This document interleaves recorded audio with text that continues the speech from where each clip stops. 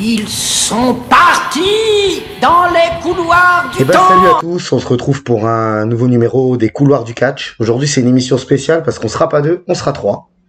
Mais ça y est, salut, comment tu vas? Ça va très bien et toi Thomas?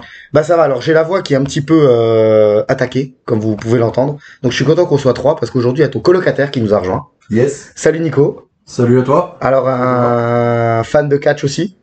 Oui. Moi, oui. peut-être moins... Moi maintenant? Alors non, ça, ouais, oui, moi maintenant, allez, on va dire moi maintenant.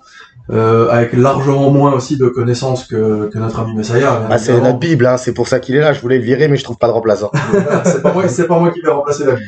Non, mais par contre, du coup, voilà, comme le sujet, bah, vous l'avez vu en miniature, c'est le Nexus, et que c'est quelque chose qui t'a marqué. Ouais. T'es content d'en parler? Bien sûr. Alors, bah, on va essayer de faire en sorte que ce soit audible. Donc, de pas trop se couper la parole, surtout que moi, je sais que j'ai tendance un petit peu à dire beaucoup de conneries et à te couper pas mal la parole, Messiah, donc je vais essayer de faire attention. Yes. On m'a lancé un petit défi que je vais essayer de respecter, c'est de pas citer le nom d'un catcheur de toute l'émission. C'est qui le catcheur déjà? Je sais plus. Je sais plus. Bah, du coup, faut pas que tu le cites. Voilà. Et du coup, aussi, comme d'habitude, les amis, je compte sur vous pour nous donner de la force, vous abonner, mettre des j'aime. Et n'oubliez pas la cloche. Voilà. Alors aujourd'hui, on a décidé de se lancer sur quelque chose qui est un des gros ratés et pourtant qui est quand même assez marquant. Bah c'est ça, c'est ambivalent en fait. C'est l'un des plus gros ratés de l'histoire du WWE, je dirais moderne. Mais en même temps, l'arrivée, c'est un des trucs les plus limite choquants. C'est même pas marquant, c'est choquant. Donc on va parler du Nexus. Oui. Donc le Nexus, pour toi Nico, tu m'as dit que ça t'avait marqué parce que tu avais repris le catch à ce moment-là. Ouais, en fait, alors en vérifiant les dates, effectivement, moi je venais de reprendre le catch comme quelque chose en 2010, à peu près au moment où justement le NXT, la toute première saison de NXT commençait. Donc j'ai eu le droit à l'arrivée en fait de NXT de cette foire, si je peux me le permettre. Tu nous décriras un petit peu, Messiah, ce que c'était ce NXT, parce que c'est pas le NXT qu'on connaît. Toi t'appelles ça la foire, moi j'appelle ça Interville, mais oui, du coup. Alors clairement Interville. Je mettrai pas le générique d'Interville pour pas me faire striker, mais ça aurait bien été à ce moment-là, tu vois. Oui. Et oui, parce que c'est pas le NXT qu'on connaît. C'est pas celui d'aujourd'hui. Non, ça a pas commencé comme on connaît aujourd'hui. Ah ouais, on était loin. Et on est d'accord que ce NXT est né sur les cendres du rip-off de la ECW. Oui, c'est après la mort télévisuelle de la nouvelle ECW. Vince McMahon a lancé une nouvelle émission pour mettre en avant ses talents qui étaient à la FCW. Donc la remplaçante de la OVW, qu'on a déjà parlé dans d'autres anciennes vidéos, la Ohio Valley Wrestling. Il y a eu après la Florida Championship Wrestling, qui leur permettait, en fait, c'est ça le vrai ancêtre de NXT. C'est là où la plupart des gros stars que vous voyez aujourd'hui viennent de la FCW, que ce soit Seth Rollins, Roman Reigns, tout ça. Là, ils commençaient là-bas. Ils y étaient, ça. D'accord. Alors, du coup, par quoi on commence? On parle de leur arrivée, ou on parle un petit peu, où tu expliques pourquoi c'était la foire à la saucisse NXT. Ouais, vous expliquez pourquoi c'était la foire à la saucisse. Je vais en parler, donc moi je vais faire un peu le côté explicatif, et après tu me diras ce que t'en as pensé, Nico, et toi aussi Thomas. Alors, il faut savoir aussi que Messiah a vraiment plein de sel à propos de cette période-là. Ah. Quand vous l'entendez soupirer, c'est pas un gimmick. Quand Nico est un peu plus enjoué quand même sur cette période. Bah enjoué. Il reconnaît que c'était de la merde, mais oui, enfin, on voit qu'avec le recul, forcément, c'était pas non plus quelque chose de bon globalement. Hein. C'était même plutôt mauvais. Mais en fait, moi, j'ai juste dans l'esprit ce que je regardais quand on a dit 2010, donc j'avais 15 ans. J'avais 15 ans, je venais de reprendre le catch que j'avais regardé en 2006-2007. Et là, reprise, je me dis, waouh. Quand on les a vus arriver à Raw ensuite, waouh! Ah oui, non, mais quand ils arrivent, ça, on va y arriver. Bah, là, on est vraiment sur le NXT. Vient de le présenter, justement. Nico est un peu plus jeune que nous. Voilà, en fait, on est à peu près à 3 âges, à peu près à tous 5 ans d'intervalle. 5 ans d'intervalle, voilà, c'est ça. Voilà, c'est Thomas le plus vieux. Hein. C'est-à-dire que ses cheveux. ça date d'il y a longtemps. Ça, c'est parce que oublie jamais que je suis supporter du FCMS. Alors les cheveux, il y a longtemps qu'ils sont partis. Et non, mais par contre, je trouve que c'est bien ce que tu viens de dire parce qu'en fait, Nico a découvert le catch, enfin a redécouvert le catch au même âge que moi en 2003. Oui. Quand j'ai découvert, moi, le catch pour la première fois, ou redécouvert, donc finalement, on n'est pas adulte, on est vraiment encore dans l'adolescence, mais là, par contre, on est quand même plus à même de comprendre ce qui se passe. Ouais. Que quand t'as 7, 8, 9, 10 ans, bon, tu regardes sans forcément tout comprendre. Comme moi, quand je regardais la WCW, quoi. Voilà. Ouais, c'est pareil, quand j'ai commencé à regarder le catch, c'était 2006, Et c'était John Cena contre Randy Orton, et moi avec mes yeux d'un gamin de 10 ans, John Cena c'est le super-héros et Randy Orton c'est l'enfoiré de service, quoi. C'est pour ça qu'on n'a pas le même rapport, souvent la génération NT1 n'ont pas le même rapport avec les superstars Orton, Cena, tous ces mecs-là, que nous on a pu avoir parce qu'on a connu avant. Jeff Hardy. Jeff Hardy, c'est ton truc. Ah oui. Donc du coup, NXT, c'était quoi? C'était des matchs, c'était quoi? Ils ont pris 8. Oui, en fait, vas-y, je te le fais. Donc ils ont pris 8 rookies. 8 rookies, donc en fait, c'est une émission un peu télé-réalité on en parlait en off, un peu la Tough Enough, ou, bien plus obscure, à la Diva Search. Ouais. Voilà, donc ça veut dire qu'on va faire une émission pour mettre en avant des catcheurs, mais on va pas faire de catch. C'était le boom de la télé-réalité aussi. Oui, on était dans dedans. les 10 ans du boom, alors la WWE voulait surfer là-dessus. Ouais, toujours, voilà. Mais ils avaient un train de retard, parce qu'elle commençait déjà à descendre en 2010. Bah oui, c'est fin 90, le gros pic là-bas. Voilà, donc ça commençait à bien descendre, ils se sont dit, bah ça va fonctionner. La réponse est non. Et du coup, ils décident de prendre 8 rookies, donc des mecs qui étaient en développement, et de leur donner chacun un mentor, donc un catcheur accompli, établi. Et le but de l'émission, c'était de leur faire des épreuves, et c'est kayfabe de les faire éliminer par des votes. Ouais. Vraiment comme la télé-réalité. Des votes, mais tu fais le signe avec les doigts, c'est des oui, votes. C'est ça, c'est kayfabe, hein, ça a été reconnu kayfabe. Ils prenaient, on va dire, ce que les gens disaient, mais ils le faisaient quand même à leur sauce. Ah ouais. Surtout pour un des catcheurs. Qui était. Tu peux dire. Hein, qui est Daniel Bryan, en fait. Moi, ce que je vous propose, c'est de vous dire le nom des catcheurs et vous me dites qui les entraînait. Oui. Alors, on y va? Vas-y. Alors, il y avait Wade Barrett. Chris Jericho. David Otunga. David Otunga, c'était Airtooth. Justin Gabriel. Matt Hardy. Bien. Heath Slater. Christian. Ouais. Darren Young. Darren Young. Je ne sais. Charles Montgomery. Punk. L'ancien Punk. Skip Sheffield, je me rappelle plus de ce mec. William notre bon vieux. Daniel Bryan. Par The Miz. Ah, The Miz, évidemment. C'est d'ailleurs la continuité de ça qu'il y a eu The Miz. Bryan est revenu. La rivalité, ça vient déjà de là. Et Michael Tarver. C'était Carlito. Ah oui, là, c'est vraiment celui-là, on s'en souvient. Ouais, on s'en souvient pas. J'ai pas vraiment un gros souvenir de lui non plus. Moi, je me rappelle juste du masque pour Michael Tarver. Oui, c'est ça, ouais. Il venait avec un masque. Donc, ces mecs-là, c'est quoi? C'est du catch ou c'est des jeux? C'est des concours, des jeux. C'était les deux, hein, en fait. C'était les deux. Il y avait quelques matchs. Limite, l'un des matchs les plus marquants, c'est au premier NXT. Notre premier NXT, de cette NXT diffusé à la télé, on a eu Daniel Bryan contre Chris Jericho. Ouais, ah, ça part. Et le match était très bon. Et le match est Le exceptionnel. match était très bon et je me rappelle très bien que NXT a permis d'expérimenter des angles de caméra. Ouais, ok. Je me souviens de cette caméra qui prenait le ring en contre-plongée au moment où Daniel Bryan, lui, faisait son jump sur la corde, puis son salto arrière. Ah oui, Cet en angle face de du coin, caméra, je me souviens. en face du coin, cet angle de caméra, on le voyait, en tout cas, dites-le-moi si je me trompe, mais j'avais l'impression qu'on ne le voyait pas au main roster, cet essai-là de caméra. Et D'accord. en fait, j'ai trouvé ça impressionnant parce que tu vois la taille du ring, tu vois la taille des personnes qui combattent à l'intérieur. Ça donne une profondeur qui était très sympa, en fait. Ouais, t'as l'impression pas d'y être, mais ça te donne un angle de vue Je différent. confirme qu'ils faisaient beaucoup de tests pour plus tard, qu'ils ont utilisé bien plus tard, et NXT leur permettait vraiment de, comme tu dis, de jouer avec les caméras, de jouer avec les musiques, de jouer sur les stages. Ouais, Parce que comme on l'a dit, il y avait beaucoup d'épreuves qui n'étaient pas du catch. Et en fait, ça permettait, entre le niveau de l'entrée, du stage, du machin, le principal n'était pas le ring, vu que il y avait des concours de porter un baril le plus loin possible, faire le tour du ring avec. Ouais, un peu à l'homme fort. Un peu comme on retrouve des fois dans les Un peu comme des compétitions trucs de strongman, marcher dans des pneus. Un peu tout ce genre de conneries, quoi. Ouais, D'accord. Ouais, Interville, quoi, littéralement Interville. Ouais, c'est ça. Et il y a une chose que vous avez pas dit, alors que je suis quand même entouré par deux personnes qui connaissent bien cette période. Oula. Le vainqueur gagnait une chance pour le titre. Oui, c'est il y pas a ça un l'histoire. title shot. C'est ça. Voilà. Donc du coup, Bah, un contrat plus un title shot. ouais, mais je pense qu'ils étaient tous plus ou moins sous contrat. Enfin, Oui, c'était mais pas dit, mais kayfabement parlant, voilà. Ouais, c'est ça. Donc, kayfabe, en fait, il n'était pas sous contrat WWE. Oui, voilà, oui, dans l'histoire. Après, juste Vas-y. avant, il y a peut-être un point qui m'a toujours fait un peu rigoler après avec le retour. C'est quand il disait des rookies contre des pros.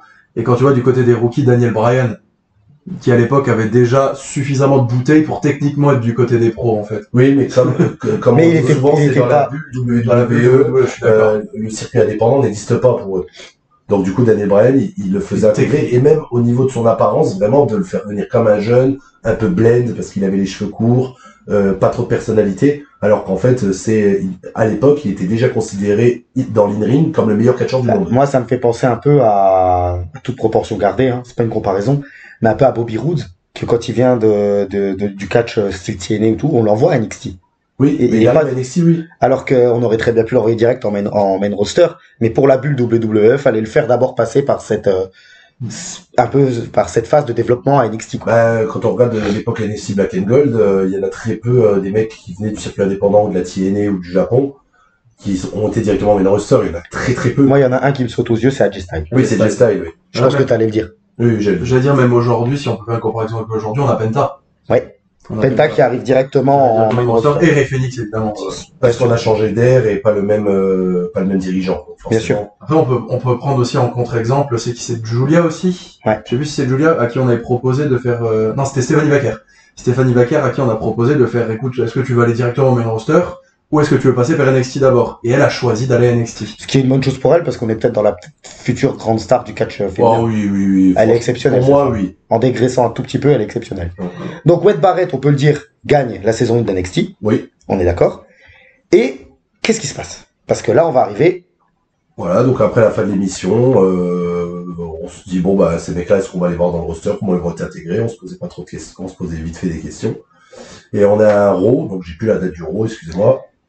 Le main event, c'est John Cena contre CM Punk. Ah bah alors c'est le 7 juin 2010. Ah ben voilà. Donc, et CM Punk est à l'époque, est encore dans la Street Society. Il porte un masque de luchador, parce qu'il s'est fait raser le crâne par Vinny Mysterio. Ok. Donc il a le masque SES de luchador. Le match passe, et là d'un coup, énorme surprise, les 7 rookies, les 8 rookies débarquent. Ils débarquent, et là, c'est un bordel. Ils viennent dans le ring, ils attaquent les deux, donc double. Ouais, là, il y avait pas de gentil de méchant. Ils ont attaqué les deux. Ils ont attaqué les deux. CM Punk arrive à fuir assez vite, donc s'il reste dans le ring, se fait littéralement démolir. Et là, un truc qu'on n'avait jamais vu à l'époque, à la WWE, je crois, c'est qu'ils commencent à dégommer tout. Donc, ils arrachent le tapis du ring, ils dégomment les coins, ils dégomment les cordes, ils attaquent les commentateurs, ils défoncent les tables des commentateurs, ils s'en prennent à l'annonceur, Justin Roberts, ce qui emmènera une polémique et vous allez en parler, je pense que vous allez. Voilà, donc vraiment, ils dégomment tout. Ça, je me rappelle. C'est vraiment choquant, parce qu'à l'époque WWE, c'est un truc qui a jamais été vu, quoi. Bah, c'est PG, quoi, en plus, à l'époque. Oui, on est à l'époque PG et Arsina. Et puis là, t'en vois quand même 8 catcheurs que tout le monde, je pense, ne suivait pas NXT. Qu'entre guillemets, tu ne connais pas. NXT, je me rappelle qu'ils faisaient quand même beaucoup de vidéos package alors peut-être pas SmackDown, mais Raw en tout cas, c'est sûr. Ils faisaient beaucoup de rappels à NXT. Que ça existait. Ouais, c'est ça.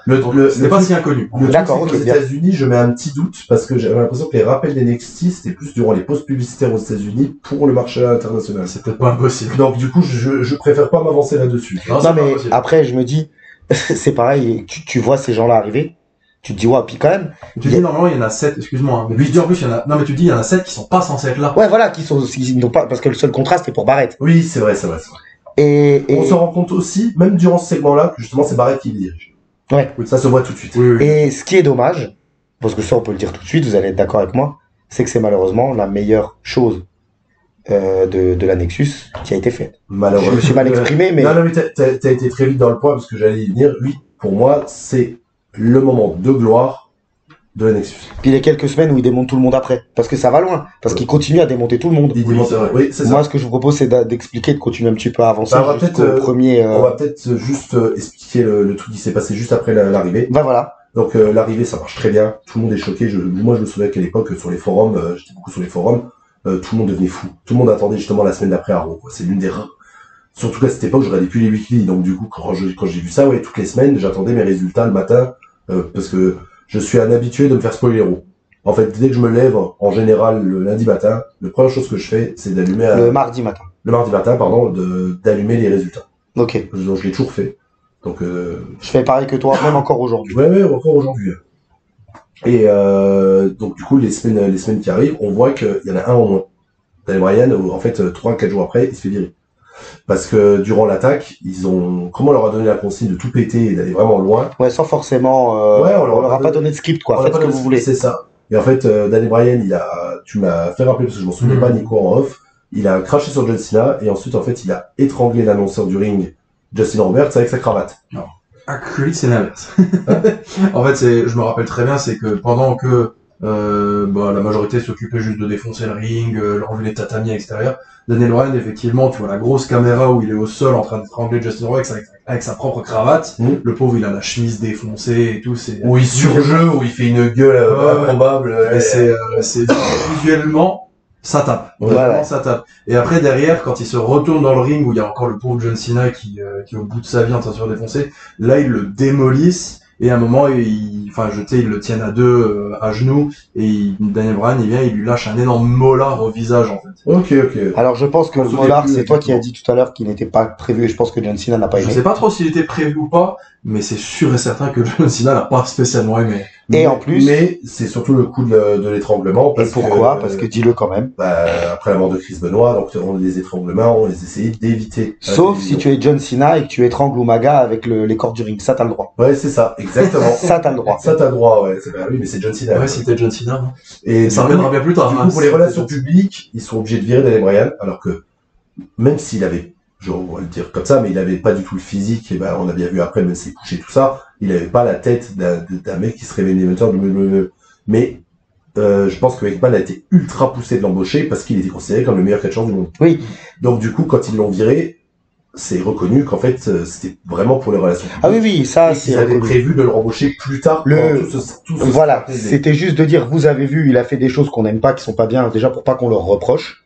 Parce que là, avec l'apogée des réseaux sociaux actuels, ce serait sorti direct le lendemain. Ouais, c'est vrai. Donc du coup, le virer, ça permet de mettre un peu de calme. Et dans la storyline, ils ont dit, le Nexus a dit qu'ils ont viré, c'est eux qui ont viré Bryan, parce que Bryan éprouvait du remords à ce qu'ils ont fait. Ouais. Exactement. Et c'est pour ça qu'ils l'ont viré. C'est exactement ça. Ouais. Voilà. Et ça a permis à des fans français d'avoir vu Daniel Bryan. Oui. Parce qu'il a catché en France durant cette petite période et il était retourné un petit peu à la Ring of Honor. C'est cool ça. Ouais, c'est cool. Puis Daniel Bryan, de toute façon, amoureux du catch. Et c'est très bien que... Et il va revenir un petit peu plus tard. De toute façon, on va y revenir de la storyline. Donc ça continue à casser un peu des gueules, j'ai le droit de le dire. Ouais. Qui était le général manager? C'était pas Bret Hart? Exactement, c'était Bret Hart. Donc en fait, on est post-WrestleMania 26, donc après l'horrible storyline Vince McMahon Bret Hart. Le match 5 étoiles. Le match moins 5 étoiles. Ce match n'a jamais eu lieu. Il a eu lieu, mais il faut pas le voir, quoi. Moi, il y a 2 matchs ils ont demandé à Broussard de revenir, rien que déjà pour ça, il fallait pas regarder. Moi, il y a 2 matchs qui n'ont jamais existé, c'est celui-là et l'ADX contre Brothers of Destruction T'as osé le citer. Oui, mais il n'a pas existé ce match. C'est pas canon. C'est pas canon. C'est Broly. C'est Broly. C'est ça, c'est comme les films de DBZ. C'est Broly, c'est pas canon. C'est une hallucination collective. Voilà. Il y a un autre match qui n'existe pas. Comme le pectoral de Hunter à la fin du match. Ouais. Il y a un autre match qui n'existe pas aussi en Arabie Saoudite que je ne citerai pas. Avec un monsieur avec un chapeau. Donc voilà. Je vous laisse reprendre. Je vous laisse reprendre donc. Donc toutes les semaines en fait, ils défoncent les figures d'autorité, ils essaient de choper un contrat et de montrer vraiment qu'ils sont dominants. Et ils envoient quand même des intervieweurs pour leur demander pourquoi ils font ça et tout ça. Ils disent on veut une nouvelle ère. C'est terminé l'ère classique. Il faut mettre la place aux jeunes. Et donc nous on va le prendre par le pouvoir. Donc c'est pour ça qu'il était comme tout le monde. Et Bret Hart se fait prendre malmené plusieurs fois, jusqu'à même totalement blessé il me semble. Donc toutes les figures d'autorité flippent. Ils attaquent même Vince McMahon durant un match où il fait arbitre spécial. Pareil un match où je pense que John Cena est dedans comme d'hab. Non. Et il le défonce. Et en fait, du coup, ça a permis, cette début de storyline de la Nexus permet l'intégration d'une autre storyline qui est aussi très très foireuse. Le general manager anonyme de Raw. C'est à cause de ça, parce que plus personne ne voulait être general manager pour pas se faire tuer. C'est ça. Donc Vince McMahon dit j'ai nommé un general manager que personne ne connaîtra et il enverra des mails durant le show. Donc du coup, il y a le pupitre avec le PC et du coup, le porte-parole du general manager sera Michael Cole. Ok. Moi, je vais me tourner vers toi, Nico. Oui. Le packaging de la Nexus, quand même. Le t-shirt, le brassard et la musique, c'était quelque chose, quand même. Ouais, bien sûr. La musique, je pense qu'on est sur un des plus gros bangers qui a été fait déjà à l'époque. Moi, c'est un de mes thèmes préférés. Ouais, c'est ça. C'était 12 Stones. Ouais. We Are One. We Are One. Et en fait, C'était pas une époque où ils engageaient exprès des groupes ou les musiques des groupes. alors c'est ce que j'allais te dire. pas le Ça, leur. en fait, à la différence de certains thèmes qu'on a parlé toi et moi en off, Messiah, avec Le Brood. le Brood, les Brothers of Destruction. Pas l'évolution parce que l'évolution c'est Motorhead. Mais justement, 12 Stone, c'est ça? Ouais, toi, le son. Ouais, excuse-moi, mais alors oui, pour tout ce qui est anglais, il est là pour une fois, comme ça il arrêtera de me critiquer. Casser les noisettes. Voilà. Mais du coup, et encore, t'avais pas entendu tout ce que j'ai coupé, comme je t'ai insulté après dans l'émission. Ouais, il m'a dit. Ouais. J'en ai coupé. Il m'a Non, dit. c'est le truc, c'est que c'est un vrai groupe. Et Oui, donc, oui, du bien coup, sûr. c'est pour ça 12 cailloux. 12 cailloux. 12 C'est ça, 12 cailloux. 12 cailloux, 12 12 Stone. 12 pierres. Le battle s'appelle Pierre. Le chanteur il s'appelle Pierre. On est à l'âge de pierre. Exact. Et le leader, c'est Pierrick. Ça va être tout noir. Bon, alors, du coup, pour la vache, ça part en couille, on a fait 20 minutes d'émission. Ça part en cailloux. Alors, du coup, non, mais, La présentation, on c'est disait. vrai que cette présentation, quand même, la musique, moi, je me rappelle encore que je l'écoute aujourd'hui. Moi, je l'avais dans mon MP3 de l'époque. Je l'ai toujours, moi. C'est vrai, non, mais c'est vrai que c'est un banger pour moi, cette, Il me semble qu'on s'est rencontrés en 2011, Thomas. Entre 2010 et 2011, où j'ai bossé dans le restaurant où tu travaillais. Ouais. Et tu avais le t-shirt. de la Nexus, non. Non, tu J'ai l'avais pas jamais acheté réussi à l'acheter. Moi, je l'avais. Ah, ok. Le premier t-shirt que j'ai acheté, c'est, celui du Mise. Ok. Justement. Ah oui, ensemble, ouais. Quelques temps après, où on les a vus à Strasbourg, où tu n'étais pas là, Ouais. et où j'ai pu voir une fois dans ma vie John Cena, où malgré tout, ça reste quand même quelque chose, John Cena. Et justement, c'est pour ça que je sais qu'on est un petit peu après cette période-là, parce que le main event du show, c'était CM Punk contre Skip Sheffield. Enfin, c'est Ouais. plus Skip Sheffield contre Ryback, Ryback. ouais. Voilà. Donc du coup, on reste sur cette présentation-là. C'est pour vous dire quand même tout ce que ça montrait. Les mecs cassaient tout le monde, tu n'avais aucune chance de te protéger. À partir du moment où tu étais une figure d'autorité, t'en prenais plein le cul. Bah, rappelle-toi de leur catchphrase, c'est où est-ce que vous êtes We are soit one. avec nous, non, c'est vous, Oui. vous êtes soit avec nous, soit contre nous. Voilà, soit t'es avec nous, soit t'es contre nous. Et We Are One, donc Oui, on est ensemble. On est un, voilà. Et on est un, et ça se voyait vraiment dans le clan. C'est pour ça que beaucoup de gens théorisaient sur un leader caché. À l'époque, c'était vraiment la grosse théorie. On pensait qu'il y avait quelqu'un, ouais. On pensait qu'il y avait quelqu'un derrière. Ça se voyait que c'était quand même Barrett qui dirigeait, en Bah, tout cas. Avec le recul, mais à l'époque, vraiment, je peux te le dire, sur les forums, tout le monde pensait qu'il y avait un leader Oui, c'est caché. vrai. Ok. Parce que, comme ils attaquaient tous ensemble, même si on voyait que Barrett sortait un petit peu, genre, les gens pensaient que c'était le bras droit d'une figure plus haute. Le problème d'un leader caché, c'est que ça va, enfin, t'as un peu en tête, comment dire, quelques années auparavant, It was me all along. Donc t'as peur quand même que ça soit ça au final encore. McMahon, quoi. Ça soit encore McMahon, c'est. Bah, surtout que c'était un petit peu comme, pour faire un parallèle, parce que je trouve qu'on peut faire pas mal de parallèles, toute proportion gardée, entre la Nexus et la NWO, Bah, même sur certains points. même plus loin, désolé de te couper, ça, toujours, dans l'histoire du catch, que ce soit partout, pas qu'aux États-Unis, c'est un angle d'invasion. Ça fascine toujours les fans de C'est catch. vrai. Parce c'est que, vrai. en fait, c'est toujours surprenant. Donc, avant même la NWO, je l'avais déjà dit, c'est à la New Japan, c'est l'invasion de la UWF C'est ce qui donne l'envie à...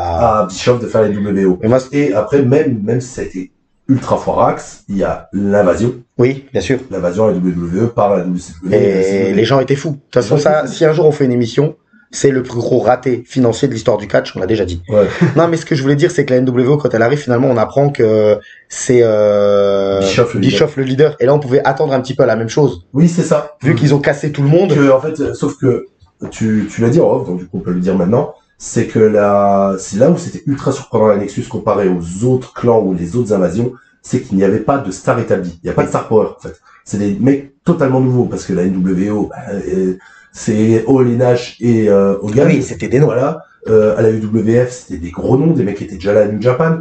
Donc c'est souvent ça, des gros noms. Alors que là, vraiment, ça sortait du lot parce que c'était des mecs qu'on ne connaissait pas. Et justement. C'est pour ça que les gens s'attendaient à un leader qui était Pour déjà dans le roster. justement, leur donner une visibilité encore supérieure. Et ce qui est rigolo, c'est que au final, il va en faire partie plus tard. C'est que le nom qui était le J'allais plus le dire. cité par les gens sur les forums, c'était Cien. Parce que c'est celui qui s'était barré à l'entrée avec Cena. Voilà, c'est Oui, ça. bah oui. Et tu vois, du coup, alors on peut parler un petit peu de ces catcheurs, si vous voulez bien. Bah, si ça te dérange pas, on fait une petite pause et comme ça après on enchaîne sur parler des catcheurs en individuel. Ok, si tu veux, ça marche, on fait comme ça. On reprend de la pause. Donc du coup, est-ce qu'on peut parler un petit peu des catcheurs qui formaient la Nexus? Yes. Bah, je vais commencer par le leader. Bah, je vais parler un peu chacun à votre tour. Ouais, c'est ça. On se partage un peu. Ouais, Moi, je vais parler de Wade Barrett. Donc, lui, c'était un vrai nom dans le circuit indépendant, surtout européen. En Angleterre, non? En Royaume-Uni. Au Royaume-Uni, un peu partout. Il a catché un peu aux États-Unis aussi avant d'arriver à la WWE, donc sous son vrai nom, Stu Bennett. Et c'est vraiment lui lui, il a été vraiment repéré parce qu'en fait, il est un peu de la même classe, un peu plus vieux que la classe de Sheamus et Drew McIntyre. Vraiment les gros prospects du Royaume-Uni. Pour moi, c'est celui qui ressortait le plus. Bah, il avait le physique WWE-like, quoi. Plus d'1m90, bien musclé. Et tu te rappelles, on disait même qu'il ressemblait à Sylvester Stallone de loin. Oui, très. Sans la barbe, en plus. Quand t'as un gramme dans chaque œil, mais la côté un peu gueule cassée que pouvait avoir Stallone dans ses premiers films, il y avait un petit côté, je dis pas que c'est un sosie, Nico, hein. Oui, non, mais c'est vrai, quand tu regardes un peu, ouais, de loin. Mais plus jeune. Alors maintenant, avec la barbe, c'est un peu moins, mais c'est vrai qu'il y avait ce côté-là. Moi, il y a aussi, j'ai aussi David Otunga. David Otunga, lui, c'est pas quelqu'un qui fait du catch. Non. Il était chez WWE, c'est un athlète, je sais plus quel sport il faisait. Quel physique, par contre. Ouais, lui, il a un physique il a toujours eu un physique de ouf. Et il est avocat. Il est vraiment avocat, en plus. Et il est resté très longtemps à la WWE. Oui, c'est ça, il faisait les relations publiques. Il avait un peu le rôle qu'a Titus O'Neil aujourd'hui. Ouais, c'est ça. Titus O'Neil qui en fait ne catch plus depuis très longtemps. Qui est un ambassadeur WWE. Mais voilà, que les gens, et puis en plus je crois que Titus O'Neil avait été élu meilleur père des États-Unis. C'est une bonne image pour pour la WWE. Vraiment, parce qu'en plus c'était un avocat qui défendait justement les gens il faisait du pro bono. Ce qu'on appelle, c'est du pro bono. Exactement, voilà, merci. De rien, je suis là pour ça. Est-ce qu'on peut parler de Darren Young?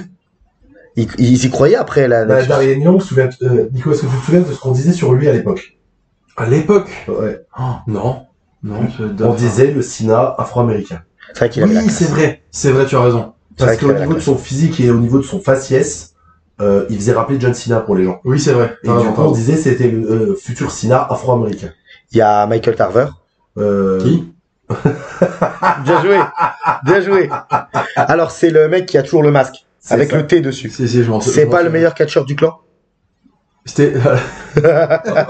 en fait, c'est peut-être. Oui, si maintenant que tu dis, je me rappelle, mais c'est peut-être celui qui faisait le plus quand ils sont arrivés, hein, quand ils ont tout cassé, qui faisait le plus hooligan vraiment. Ouais, avec le masque et tout, il faisait pas peur, mais il te donnait un certain sentiment de malaise entre guillemets. C'est le plus imprévisible. Oui, voilà, c'est ça. Non, pour de vrai, oui. Alors, oui, c'est vrai qu'en termes de présentation, ça allait, mais putain, par contre, une fois que la cloche sonnait, c'était pas le meilleur. Là, non, on va revenir après. J'y reviendrai après SummerSlam. Il y a Justin Gabriel et Heath Slater, je les mets un peu ensemble. Alors Justin Gabriel, lui, c'est vraiment un parfait player, du coup. Vraiment voltigeur. Je vous conseille de le voir à quoi il ressemble, maintenant. Ouais, ok. Et même depuis 5-6 ans, vous pouvez pas le reconnaître. C'est impossible. Ah ouais, d'accord. Ouais, donc il vient d'Afrique du Sud. Donc il est d'origine là-haut. Et à l'époque, il faisait jeune minet. Oui, c'est vrai. Voilà, avec un peu coupé mot, vraiment jeune actuel de 2010. Ouais. Et en fait, quand il est parti sur le circuit indépendant plus tard, en fait, il a vieilli d'un coup. D'accord. Donc du coup, il a eu les cheveux blancs très très tôt. Il s'est laissé pousser la barbe et en fait, il se fait appeler PJ Black. Et c'est vraiment, on peut impossible d'avoir que c'est la même personne. D'accord. Si vous prenez photos de Nexus et photos de ce qu'il est sur le circuit indépendant, vous pouvez pas dire que c'est le même catcheur. Il y a Heath Slater, alors moi, c'est le souvenir un peu des 3MB, c'est ça? Moi je vais faire, on va faire un petit big up à Adi, qui est Dodge Sensei catcher où il a le plus craché dessus en et en fait, lui, il a vite trouvé sa place. Parce qu'en fait, déjà, il a un physique un peu atypique, il a une gueule atypique, le fait qu'il soit rouquin aux cheveux longs, c'est un peu spécial. Moi, j'adore quand Cena le compare à une chaîne de fast-food américaine, Wendy's. Ah oui, ouais, c'est ça. Et mine de rien, lui, parce que lui, il est resté sous contrat très longtemps, avant d'être viré, c'est devenu le jobber le plus connu depuis le Brooklyn Brawler. Ouais. Le seul qui l'a, on va dire, dépassé en tant que jobber dans l'ère moderne, jobber de luxe marquant, c'est Kurt Hawkins. D'accord. C'est les deux les plus connus. En fait, ils se faisaient casser la gueule toutes les semaines. Et Heath Slater, qui devrait finir par être champion du monde. Si on suit parce que le destin des... Les 3MB, c'est lui, Drew McIntyre et Jinder Mahal. Et c'est le seul qui l'a pas pris. Et je trouve que c'est dommage. Et j'en ai encore un, parce que j'ai réussi dans ma liste quand même à écrire Darren Young 2 fois, c'est pour te dire le niveau du mec. Et il y en a un où j'ai aucun souvenir, c'est Skip Sheffield. Je ne ferai aucune comparaison avec Skip Sheffield. Alors, notre bon Skip, un physique démentiel. Physiquement, c'est le plus impressionnant. C'est exactement le mot que j'avais. C'est vraiment démentiel, quoi. Son physique, c'était un bœuf. Un bœuf. Bon bébé. Batista, même plus. Même. Oh ouais, Plus que Batista. Limite plus que Batista. Goldberg. Il est un peu plus petit. Ouais, Goldberg. C'est Goldberg. Je sais pas, je peux pas dire je dirai pas. J'ai promis de pas le dire, je le dirai pas. Il avait une. Mais c'est vrai. Dans la saison de NXT, il était un peu une gimmick de cowboy. Ouais. Un peu particulier. Alors, gimmick de cowboy avec un mentor William Regal. Dissonance cognitive. Alors que William Regal, du coup, techniquement, aurait dû être le mentor de Bad Good Barrett, en fait. Bah, ça aurait été très plus logique, Ouais, mais ils ont voulu donner, entre guillemets, au champion du monde de l'époque. Et puis, oui, voilà. Oui, c'est vrai. Et puis, ils ont voulu donner aussi, finalement, quand tu regardes les catcheurs qui étaient entraîneurs de ces mecs-là, CM Punk, c'était une grosse star. Y2J, c'était une grosse star. Les autres, c'était des stars, mais un peu en dessous. Des mid-carders, ouais. Voilà. Oui, on n'était pas... Pour certains, mais à l'époque, CM Punk, c'était pas une grosse star. Voilà. C'était un mid-carder aussi. Donc, ils ont voulu donner à Wade Barrett la plus grosse star qu'ils avaient pour faire. Voilà, en fait, il y avait que Wade Barrett qui avait un mini-eventer. C'était Y2J. Voilà. Sinon, tous les autres, ça a toujours été du Et parce que finalement, dans cette rivalité... Pardon, vas-y. Le Miz Daniel avait pas Bryan. déjà gagné. Non, non, c'est un peu après. C'était après. C'est un peu de temps après. Champion des États-Unis, voilà. C'est peu de temps après parce qu'il me semble que dans la rivalité de SummerSlam, il est champion du monde. Non? Non, c'est pas il est champion des États-Unis toujours. Il a la mallette alors. Il gagne le Money in the Bank après 2011. Ouais. MTV 2011. Oui, c'est ça. Donc du coup, là on est d'accord que suite cette période de rivalité où ils détruisent tout, ça va mener jusqu'à SummerSlam. Yes. Ils combattent pas en fait. Ils cassent tout le monde. Ils ont des matchs vite faits où ils cassent un peu du jobber, justement. Ils cassent un peu des catcheurs un peu importants. Je suis pas sûr qu'ils aient des vrais matchs. Si, il y a des matchs. Ils ont quand même certains matchs. Il y a même, justement, avant SummerSlam, il y a un 7 contre 1. En face à John Cena. Oui, parce que c'est John Cena, par contre, on est d'accord sur ces 2 mois, que quand on est plus jeune, on a l'impression que ça a duré bien plus longtemps. Parce que c'est 2 mois, hein, jusque SummerSlam. C'est John Cena qui en prend le plus plein l'oignon. Oui, c'est lui qui se fait tartiner toutes les semaines. Donc, à force de se faire tartiner la gueule, John Cena, il en a marre. Et à un Raw, il dit, puisque c'est comme ça, à force que vous m'en mettez plein la tronche, je vais envoyer mon équipe pour les Avengers. vous proposer, c'est exactement ça, pour vous proposer un match à SummerSlam. Et sauf le dernier, donc du coup les 5 autres membres, sans compter le 7e, c'est des mecs qui se sont tous fait attaquer par la Nexus. Dans le show même. Dans le show même, avant que Cena... Parce qu'en fait, il faut que Cena soit sur le ring. Alors, j'essaie de me rappeler avec mes souvenirs. Pour une fois, c'est moi qui vais... Cena est dans le ring, il fait une promo. La Nexus arrive et lui dit maintenant tu dégages du ring parce que c'est bon, ça fait 2 mois qu'on te pète le cul, t'as plus rien à foutre là. Dégage. John Cena fait semblant de partir. Et à un moment, il se retourne et il commence une promo en dehors du ring quand la Nexus est dans le ring. Sur la rampe, ouais. Et il leur dit, là maintenant, j'en ai marre et je vais vous envoyer ma team pour contrer votre team. Et ils viennent tous un par un. Ils viennent tous un par un. Alors tu as John Cena, tu as Edge, où quand Edge arrive, il regarde John Cena d'un air dédaigneux, c'est exceptionnel. Oui, tout le monde qui le déteste. Il montre qu'il se déteste. On est obligé de s'allier. Voilà. Quoi. Il y a Chris Jericho. Il y a, mais c'est qui sortait de rivalité avec Edge. Oui, mais ils se sont fait péter la tronche tous les deux. C'est pour ça que quand Jericho, vous pouvez revoir l'entrée, Jericho a un bandage sur le bras. Oui, parce que il s'est fait post leur match de WrestleMania 26. Voilà. Justement. Et que Jack Swagger est devenu champion entre temps. Il y a, alors c'est pas Johnny Nitro, c'est John Morrison. Magnifique. Oui. Il y a R-Truth. T'imagines que 14 ans plus tard, R-Truth est toujours là. Et R-Truth a une pop. Parce que les gens commencent à chanter What's Up, et surtout qu'à l'époque, justement, John Morrison et R-Truth sont plus ou moins en équipe. Voilà. Ils sont très souvent en équipe. Tu as le Great Khali. Oui. Rien à dire, sauf que j'aime bien le regard des membres du Nexus quand ils voient le Great Khali arriver. T'as Slater qui soupire. Oui. En se disant, putain, ça va être, il va falloir bouger le coco. T'inquiète pas, le temps qu'il arrive jusqu'au ring, tu seras loin. Et ils font rentrer le dernier membre qui fait son retour après l'attaque de blessure. Bret Hart. C'est ça. Et là, c'est la grosse pop de l'introduction. Moi, je reconnais que ce moment-là, j'ai marqué comme un fou. C'était exceptionnel. Comme t'as dit, Nico, c'était les Avengers. Et tu te dis à SummerSlam, c'est super. Ça va nous donner un match génial. Malheureusement, il va être un peu torpillé par des choix de booking. Ça. C'est même au-delà des choix de booking, c'est les choix d'une seule personne. Et on va documenté. On va le faire un petit peu après. Maintenant, on le sait. On arrive donc à SummerSlam. Et il manque un membre pour l'équipe WWE. Oui, et du coup je le fais. Durant toutes les semaines, on s'attend à ce que ce soit le Miz. Parce qu'il leur manque quelqu'un, et en fait le Miz se fait désirer, on va dire, vraiment désirer. Il dit non, je vais pas vous rejoindre, je vais pas me mêler à ça. tout ça, et Cena essaye de le convaincre, les autres essaient de le convaincre en disant ouais, t'es quand même le champion des États-Unis, tu représentes ta compagnie aussi. Mais il laisse toujours une énigme. Est-ce qu'il Et sera là ou pas? lui, il joue son rôle d'arrogant heel de l'époque, et donc du coup, il laisse croire qu'il va pas y être, qu'il va y être, on sait pas trop. Et durant justement, il y a l'entrée d'un Nexus, ensuite il y a l'entrée des Avengers, comme vous dites, et il y a le Miz qui se pointe. Il dit, c'est bon, ça y est. Et là, ils arrêtent le Miz tout de suite en disant, c'est pas toi, c'est ce mec-là. Non, il dit pas ce mec-là. Ah. Il dit Daniel Bryan, il dit le membre de l'équipe, c'est Daniel Bryan, et il jette le micro. Ah, d'accord, ok. J'ai justement toujours regretté que John Cena. Excusez-moi, moi j'ai pas regardé les segments avant l'émission. J'ai toujours un peu regretté que John Cena ne laisse pas un tout petit peu de teasing par rapport à l'entrée. Donc moi j'ai voulu faire un teasing, j'ai voulu faire un fantasy booking où il le faisait correctement. Voilà. Il prend vraiment, il dit à Miz, dégage, le prochain membre de notre équipe c'est Daniel Bryan. Il prend le micro, il le jette. Est-ce qu'ils étaient pressés? Oui. Est-ce que John Cena était pressé d'en finir et de donner un super match? C'est pas impossible. Est-ce que tu as des souvenirs de ça, Nico, de ce match-là? Est-ce que ça te parle? Le match en lui-même? Parce que le match en lui-même est bon. J'en parlerai à la fin. Je vous laisse d'abord en discuter. Parce qu'il me semble dans mes souvenirs que le match, si tu prends le match intrinsèquement, il est bon. C'est les choix de booking qui sont dégueulasses. C'est sûr que, le match dans sa globalité, oui, il est entre le moyen et le bon, de mémoire.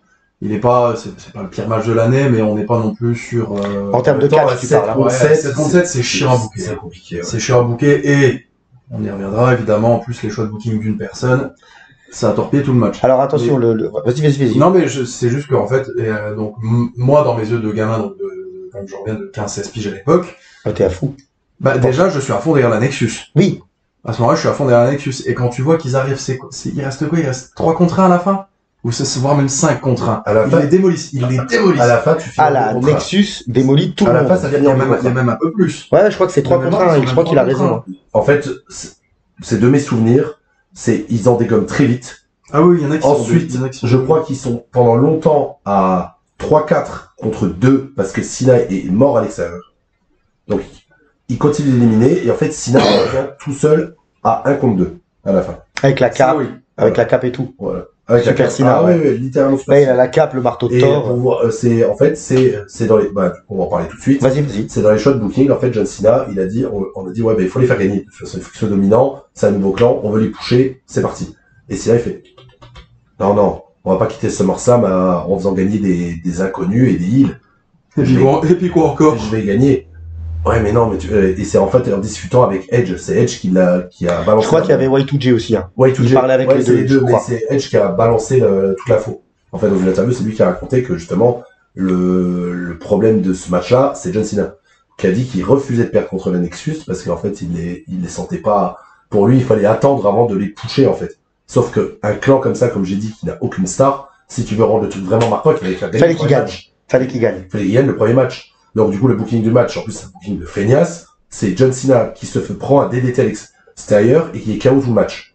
Pour revenir à la fin comme un super-héros pour éliminer les deux derniers, dont le leader Wade Barrett. En le faisant abandonner. Il le fait abandonner sur le STF en plus. C'est vrai que c'est dommage parce que, en fait, je pense qu'ils ont voulu, soit il aurait fallu placer le camp, Ouais, t'as raison, c'était un 2v1 à la fin, je viens de vérifier. Oui, t'as raison, c'était un 2v1 à la fin, effectivement. Soit il aurait peut-être dû faire que cette équipe n'affronte pas, que le clan n'affronte pas tout de suite John Cena. Il a peut-être fallu leur faire une rivalité, pas mid-card, mais upper mid-card. Non, moi non. Parce que là, non mais, si tu voulais, pour contrer le booking de Cena finalement. Parce que là, moi, il fallait qu'il gagne. Oui, mais il fallait qu'il gagne, mais avec leur intro, avec leur arrivée, c'est normal qu'ils attaquent la salle de la compagnie et que ça se fasse directement in-event. Surtout que Wade Barrett a un match pour le titre. Oui, dans son contrat. C'est ça, dans son contrat. Donc, du coup, c'est normal. Et en fait, il y avait qu'un choix de décision possible, c'était qu'ils gagnent. Point. Il fallait les faire perdre. C'est pour ça que, comme j'ai dit, l'apogée de la Nexus, c'est leur arrivée. Et que après, c'est fini. Parce que de là à en faire perdre là, on va y continuer un peu dans la storyline jusqu'à l'enterrement complet de Wade Barrett. Et en plus, de façon littérale, hein, j'y reviendrai. En fait, c'est déjà fini. Parce qu'en fait, ils ont été dominants pendant 2 mois. On y a cru. Et en fait, quand on arrive au match mythique, où en plus, ils vont battre plein de stars. Il y avait Edge, Chris Jericho, comme on l'a dit, Bret Hart et John Cena. Après, les autres, c'était demi-quart d'heure. Mais, ça mettait un gros coup, ils gagnaient. Tu pouvais continuer la storyline en les faisant gagner, justement. Alors, mais, ça aurait été même plus simple de il fallait les faire gagner. Non, mais c'est sûr. Et qu'est-ce qui se passe le lendemain? Il y a Michael Tarver qui dégage. C'est ça. Mm. Et du coup, je vais revenir sur l'anecdote, c'est que dans la storyline, Michael Carver il dégage. Excuse-moi, pourquoi il le dégage parce qu'il est nul, c'est parce ça? qu'il était mauvais. C'était le maillon faible. C'était le maillon faible. Et toi, tu dis? Effectivement, c'était le maillon faible, donc je peux pas contrer cet argument. Et qu'en plus, en backstage, il se sentait comme il avait un ego ultra démesuré. Il se prenait pour une superstar. Il se prenait pour une superstar, il parlait mal aux gens. Donc même au sein de la Nexus en lui-même, même avec ses collègues, ça allait pas. Ce n'est pas Randy Orton qui veut. Ouais. Ah mais Randy Orton, il a une legacy. Et ils lui ont dit, donc du coup dans la storyline, ils ont dit on va le sortir. Donc il perd un match contre John Cena justement le lendemain à SummerSlam. Donc, le lendemain de SummerSlam, ouais. Il perd un match et en fait la Nexus le beat down et le dégage. Ouais, et lui, il se fait virer, je crois, une semaine à peine après. Et pour Brian, maintenant qu'il est de retour avec du bon entre guillemets du côté à la WWE et il est plus avec la Nexus, est-ce qu'il va continuer un peu une rivalité avec eux ou est-ce qu'il va partir vers autre chose? Il va partir totalement vers autre chose. Il va traîner longtemps en mid-card. Il va avoir une gimmick complètement idiote. J'en parle un petit peu. Où en fait, ça va être le nerd aimé par les femmes. Moi, je m'en rappelle même. Ouais, ce que j'allais dire, je pense que vous vous en souvenez même pas. Donc, si vous voyez le regard, j'ai préféré l'oublier. si vous voyez le regard qu'on vient de lancer à Messiah quand il nous dit ça, c'est-à-dire que moi j'ai les trucs d'enregistrement, Nico. Bah là, pendant 2 secondes, t'as un blanc. Tu vois, c'est. Au début, il va être genre un peu mytho couple avec Gail Kim. Et après, en fait, il va être courtisé par les deux Bella. Ah oui, le tombeur de ces femmes. Oh, oui, le nerd, oui, c'est vrai, ça s'en rend pas compte. Donc du coup, finalement, maintenant, Daniel Bryan dans cette émission, c'est fini. Oh, il n'y a plus besoin d'en parler. Il n'y a plus besoin d'en parler. Et ça reviendra plus tard. Bien plus tard pour lui, bien plus tard. Et du coup, qu'est-ce qui se passe après cette défaite? Parce que comment tu peux re-rendre crédible un groupe que t'as tué au premier pay-per-view? Merci John. Ouais. On pourra dire que c'est un assassinat. Si vous voulez faire un parallèle il a pas le jeu aujourd'hui, il a dit qu'il voulait détruire le catch, il l'avait déjà fait avant. Hein. Il a pas eu... quand il y a eu cette promo exceptionnelle, ou quand il dit je n'enterre pas le talent, j'enterre la médiocrité. Ouais. Il y a Wade Barrett derrière le commentaire, à mon avis, il doit avoir une goutte de transmis. Et il a tweeté. Oui, c'est vrai. Et il a retweeté le jour du show. Il dit, alors, merci mon ref, quoi. Avant, je suis très déçu que tu n'aies pas réagi à ce que j'ai dit. Un assassinat. Voilà, bien celle-là. Merci. Voilà, bien celle-là. Merci. Voilà, toute ma vie, c'était de me faire applaudir par mes deux podcasters de la journée. Alors, on essaye quand même de garder une certaine chronologie. Je suis content parce que ça parle bien. Et ça part bien. Et du coup, qu'est-ce qui ensuite? Sina, ça continue la rivalité. Nexus Sina. Oui, c'est ça. En fait, c'est parce que Wade Barrett, il va quand même dire parce qu'ils arrivent à avoir un contrat, mine de rien. Je sais, c'est un peu genre l'édition de McMahon. Bon, c'est bon, vous avez un contrat. En gros, c'est ça. Non, parce qu'ils étaient déjà rembauchés. Tu veux dire que le fait d'avoir perdu à SummerSlam, ça disait qu'ils dégageaient aussi de la WWE? Non, parce qu'en fait, quand ils ont été rembauchés, c'était par le General Manager anonyme. Oui, c'est vrai, t'as raison, excuse-moi. Ouais. C'est dès l'instauration du avant SummerSlam. Bien avant. Okay. Dès l'instauration, en fait, du General Manager anonyme, il a dit, je les rembauche tous. Ouais. D'accord. Il a dit, je les rembauche tous. Ok. C'est pour ça qu'on pensait que ce qu'on disait tout à l'heure, qu'il y avait quelqu'un au-dessus qui était avec. Oui, c'est ça, qu'en plus, oui, ils sont de leur côté, quoi. C'est l'autorité qui est de leur côté. Il aurait fallu que tu sortes ça il y a 20 minutes. Voilà. Désolé, mais il y en a que ça qui prend tout le temps. C'est pas pour rien que c'est la Bible. Ah bah oui, non, mais je le vois pas. Non, mais moi non plus, sinon... c'est mon émission. Sinon, s'il n'est pas avec moi là, bonjour, je vais parler de la carrière de Christian, voilà, c'est fini. Voilà, j'en ai besoin. Alors, du coup, voilà, maintenant tu m'as fait sortir. La suite de la rivalité, ils sont toujours autour de John Cena. Et Wade Barrett, en fait, il va commencer à tourner autour du titre. Donc, en fait, comme il a son title shot, normalement, il peut plus ou moins l'encaisser, il y a droit. Mais en fait, John Cena est challenger numéro 1. Donc, je crois que le champion, à l'époque, c'est encore Sheamus. Enfin, je peux pas te dire. Ou c'est déjà Orton. Je sais que ça... Non, je crois que c'est Sheamus. Et Orton le reprend alors que la Nexus est toujours là. Parce qu'en fait, je sais qu'il coûte un match à John Cena face à Sheamus dans un match en cage, en haut, où il l'empêche de gagner le titre. En fait, ils font chez John Cena. En fait, ils continuent toujours de faire chez John Cena. Oui, leur but, c'est d'emmerder John Cena. Oui. Et du coup, Barrett, il arrive à avoir un match, et là, le champion, c'est Orton. Ça, je m'en souviens. Et là, c'est Cena qui va empêcher Wade Barrett de devenir champion. Mais pas qu'une fois, je pense même. Je sais que ça, c'est après. C'est quand Cena va rejoindre la Nexus. On en est pas loin. Avoir un match. Parce qu'en fait, les suites de SummerSlam, c'est Cena qui rejoint le groupe, qui finit par rejoindre le groupe. Il y a aussi des nouveaux membres, parce que comme il y a des membres comme Tarver qui ont dégagé, comme... Il y a Skip Sheffield qui va se blesser à la cheville. Voilà, pendant un house show, je crois. Oui, et du coup, lui va partir pendant plus d'1 an avant de revenir en tant que Ryback. C'est peut-être... Et je sais qu'ils font appel à des nouvelles personnes de la saison 2 d'NXT. Oui. Ils font venir... Oui, de. Je peux pas prononcer leur nom. Michael McGillicuddy. Merci. J'allais le dire. Et Husky Harris. Husky Harris, merci. Et qui est Husky Harris, avant qu'on nous le dise? C'est Bray Wyatt. Le futur. Voilà, c'est futur Bray Wyatt. Et Michael McGillicuddy, c'est le fils de Mr. Perfect. D'accord, de Kurt Hennig. De Kurt Hennig. Super. Pour revenir sur la suite de la rivalité, c'était à quel moment, je sais pas si on y est, c'était à quel moment que il a forcé Cena. C'était le match Wade Barrett contre Randy Orton, c'était Cena en arbitre. C'est ça. Là, il est déjà dans la Nexus, John Cena. D'accord, donc oui. Donc c'est un peu de temps. Bah, il faut. Bah, tu peux, de toute façon. Non, mais c'est juste du coup qu'il faut peut-être préciser qu'effectivement, Cena, c'était si Wade Barrett perdait, Cena était obligé de rejoindre la Nexus. Alors, je crois même que c'est pire que ça. Je crois que si Barrett perd, Cena est viré. Et viré, c'est ça. Donc on est dans la seule option pour qu'il puisse revenir, c'est d'être intégré à la Nexus. Et c'est exactement ça. Du pay-per-view, je suis pas à 100% sûr. C'est Money in the Bank 2010. Et quand il est viré. En fait, non, 2011, c'est CM Punk. Ça peut pas être 2011. Money in the Bank, c'était après SummerSlam? Oui. Et oui. Je me rappelle plus de la chronologie. Ah oui. Et c'est pour ça, d'ailleurs, que John Cena en est. Alors, John Cena se fait virer. Pour revenir, il doit rejoindre le groupe. C'est ça? Ouais, c'est Et quand John Cena est viré pendant quelques semaines, il fait chier le groupe. Non, c'est pas tout de suite. Pas dans dans ce ce sens-là. sens-là. C'est donc Wade Barrett et la Nexus gagnent un match contre John Cena où il est obligé de les rejoindre. Ah, c'est ça, voilà.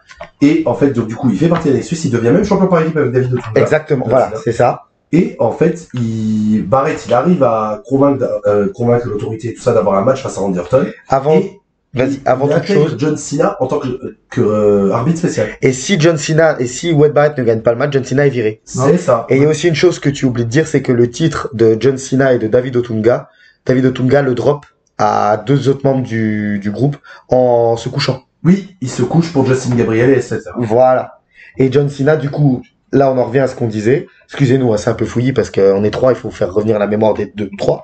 Et ce que tu dis, c'est que face à Orton, Wade Barrett perd et John Cena est viré. C'est ça, parce qu'en fait, du coup, Barrett, il n'arrête pas de dire à John Cena, tu vas me faire gagner, il le pourrit. Et en fait, John Cena, trop intègre, voilà, Super Cena, c'est le héros. Il peut pas donner le titre à un mec pour lui qui ne le mérite pas. Donc, du coup, il fait gagner Orton. Et donc, il se fait virer. Sauf que... C'est ce que j'allais dire tout à l'heure. Affreux, encore une fois, et c'est vraiment la définition que la WWE à l'époque ne pouvait pas avoir de storyline à long terme. Ça veut dire que si tu fais virer quelqu'un, au moins pendant 2-3 semaines, on le voit pas. Non, Cena il est encore plus là. Cena est encore plus là que quand il est pas viré. Ouais, il a au moins 3 fois plus de temps d'antenne en étant viré. Et en fait, pendant tout son temps d'antenne, ça me fait un petit peu penser à Steve Austin qui chassait la DX. Alors je suis content que tu le dises toi parce que j'allais encore me planter. Voilà. Et c'est exactement ça en fait. Il bolosse les mecs dans les vestiaires. C'est ça, il arrête pas de les faire chier, il attaque un peu chaque membre du clan un peu séparément. Et en fait, il leur casse tellement la tête qu'au bout d'un moment, Wade Barrett dit non, c'est bon, j'en ai marre, t'as pas tenu tes engagements entre guillemets et que on a voulu te détruire, t'es toujours là dans nos bottes. Là, je te défie. Donc en un contre un. En un contre un pour TLC 2010. Et là, on arrive à la fin de Wade Barrett. Ah bah là, tu disais tout à l'heure, tu as un peu spoilé avec un enterrement. Parce que, mine de rien, je dis enterrement, ce mec-là, quand même, réussit à continuer. Il a eu de la chance, mine de rien, parce que, techniquement, son perso est mort, là. Parce que, après ça, il va se faire dégager avec la New Nexus, il va faire The Core, et derrière, il va avoir un peu des runs sympas en solo. Le problème, c'est que des fois, ils ont voulu monter plus haut et qu'il se blessait. Il était beaucoup blessé, vrai. Ouais, il se blesse beaucoup. Mais, excusez-moi. C'est quand même bravo à lui et quand même bravo au Booker d'avoir réussi à le rendre quand même un minimum pertinent après ce qu'il va se bouffer à TLC. Vous vous rappelez de son finish à Wade Barrett? Le Wasteland. Ouais. Yes. Moi j'aimais bien. Ouais. Moi j'aimais, enfin à l'époque en tout cas, je trouvais ça entre guillemets impressionnant. C'est Ouais. pas non plus le c'est pas ultra technique. Tu peux le décrire un tout petit peu pour les amis qui l'ont peut-être pas vu? Oh, il portait juste le mec sur ses épaules en fireman carry, donc un peu comme John Cena quand il commence à faire la petite adjustment, sauf qu'il prend la jambe qui pendouille devant lui et le bras qui pendouille devant Et il lui le claque devant. et il le slam devant lui en fait. Alors, moi je suis d'accord avec toi à l'époque. Donc j'aimais beaucoup le Westland quand j'étais Tu me plus le jeune. disais d'ailleurs. Ouais, quand j'étais plus jeune. Et avec le recul, je trouve que c'est un gros finish de merde. Parce que t'as l'impression que le mec va se faire plus mal que ce qu'il va mettre à l'adversaire. Donc en fait, il peut le faire que sur des petits gabarits ou des bons gros sellers. Quand tu dis qu'il va se faire mal, c'est en portant le mec. Bah oui, parce qu'en fait, comme il le passe par-dessus sa tête et qu'il est obligé de se baisser pour le faire, s'il arrivait à le jeter par-dessus lui, ce serait très impressionnant, mais humainement, c'est compliqué. Et du coup, il était Ouais, obligé de mais se ça baissait vers l'avant. L'idée, c'était aussi d'avoir le momentum de se baisser pour tu sais, donner de la force, donner de la puissance. Je Quoi. suis complètement d'accord. S'il portait, ça aurait été peut-être un peu plus nul au final. Je suis d'accord avec. Je sais pas, le problème, c'est que dès qu'il le faisait sur un gabarit un peu plus impressionnant que lui, en fait, c'est juste qu'il accompagnait le mec au sol. Moi, je suis complètement Ouais, je d'accord comprends. avec Nico, mais le fait qu'en fait il s'abaisse, ça enlève de la hauteur. Oui, parce Parce que que le mec, comme il était grand, Et t'as c'est l'impression ça qui que le était mec- bien aussi. fait ça. Et C'est je, pour ça que sur les petits gabarits ou des mecs qui scellent très bien, ça passait. parce que je pense qu'il y a certains il y a certains trucs, si vous faites une compilation de Westland, il y a des mecs en fait, ils doivent tomber de la hauteur du genou de Wade Barrett finalement, avec le fait de s'abaisser. Exactement, Et ça exactement. casse un peu le truc. Est-ce qu'une power bomb, pour lui, ça aurait été pas mieux? Quelque chose comme une Moi, power bomb. moi, j'ai beaucoup aimé parce que en vieillissant et je l'avais dit dans une émission assez récente, moi j'aime beaucoup les finishes que tu peux porter sur tout le monde et qui sont ultra speed. Bah, on a dit. Comme le Claymore par exemple. Ouais. Et du coup, j'ai énormément aimé son finish qu'il a eu après, quand Bad News Barrett, qui était le Bullhammer, l'énorme coup de coude. Je regardais plus à ce moment-là. Donc en fait, il retournait sa coudière droit, donc elle était noire, il l'a retournée, elle était en rouge, et en fait c'est juste un coup de coude. Mais un coup de coude fait avec beaucoup d'élan. Donc on pourrait dire que c'est juste un coup de coude, mais la manière dont il l'amenait, il le faisait, je trouvais ça un peu vraiment violent en fait. Oui, bah un peu comme quand on dit, c'est juste une lariat pour JBL, alors qu'il mettait toute sa haine dedans. quoi. Voilà, c'est ça. C'est bien dit. D'accord, on l'a déjà dit de toute façon, hein, Avec Los Close- déjà je le pense nom, que ça- déjà la close line de l'enfer, Ouais. déjà c'est magique.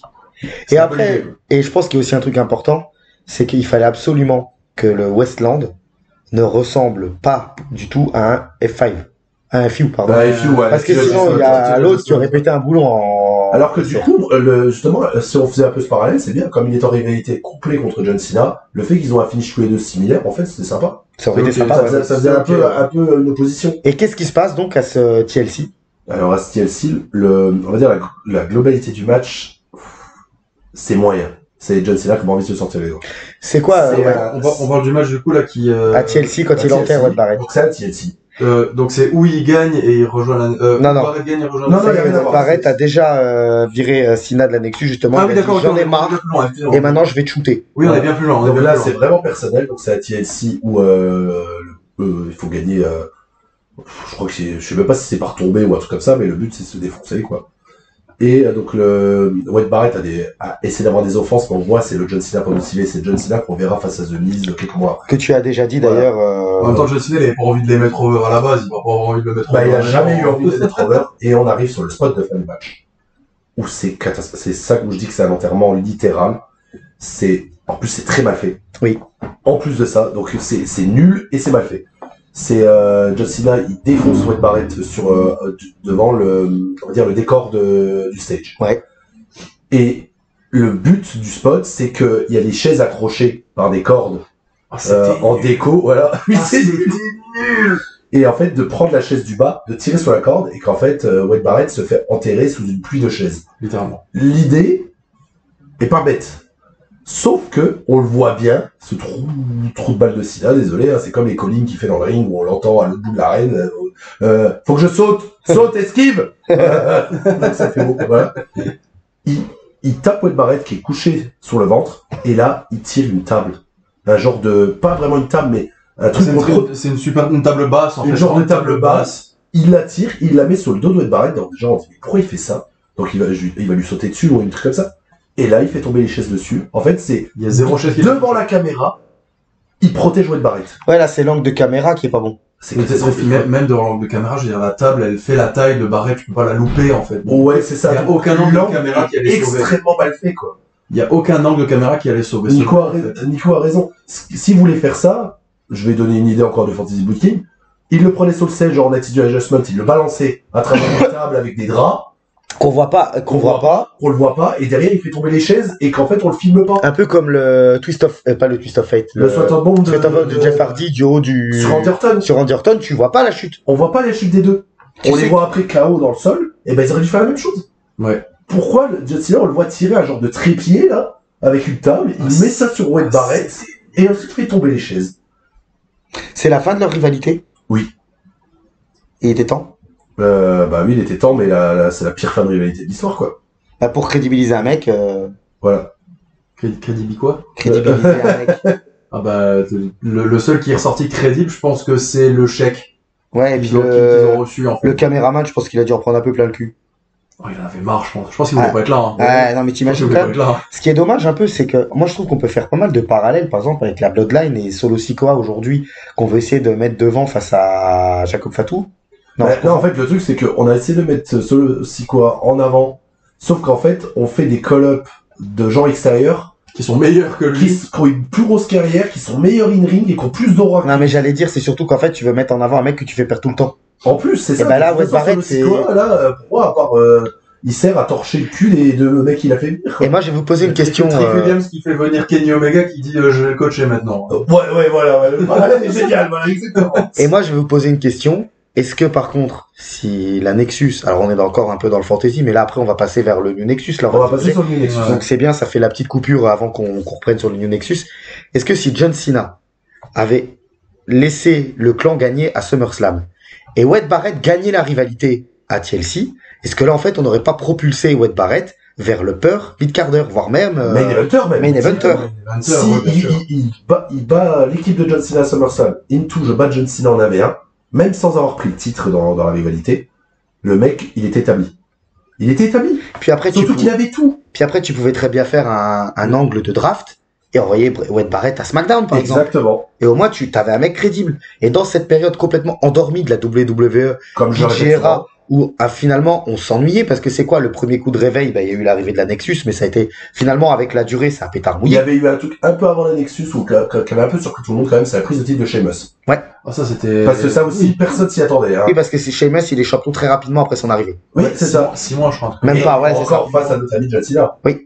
Donc, Mais c'est vrai que c'est dommage parce que C'était pas fait exprès la fin du match. Il y a pas une bêtise comme quoi le fait qu'il le pousse et qu'il tombe en face. non, pas fait exprès. tout était fait. C'était vraiment ok, tout était d'accord. prévu. Il me semble avoir entendu que c'était pas, genre pas le finish prévu, une bêtise comme ça. Ah, c'était pas le finish prévu, mais le but c'était que Sheamus reparte champion Ça, oui. en sortant de TLC. Mais c'est un peu la manière du Cody Rhodes qui devient champion intercontinental parce que le Big Show il fait juste passer son pied à travers. Ouais, mais ça c'était prévu. Ça c'était prévu. Ça c'était prévu. Putain, la tête du, je me fais encore voir aujourd'hui parce que la tête du Big Show elle est impayable. Hein. Ah bah le Big Show c'est un bon acteur, hein, mine de rien. ah, quand il tombe à travers la chaise, la table. Il y a juste le pied. Oui, oui. Le exprès, c'est là le mec il a genre. Ouh putain, j'ai fait une connerie. Qu'est-ce qui vient de se passer? Oups. Ouais, c'était ultra bien joué et c'était prévu. Ah je me fais avoir alors ok. Et quand Vince McMahon se pète les deux genoux au Royal Rumble, c'était prévu. Parle pas trop vite, ça se trouve c'était prévu dans sa tête. Hein. Ça se trouve il voulait vraiment monter, se péter les deux jambes. Hein. Big up à la vidéo précédente, comme le quad de Steve Austin dans la barrière, c'était prévu. Non, ça c'était prévu, ça.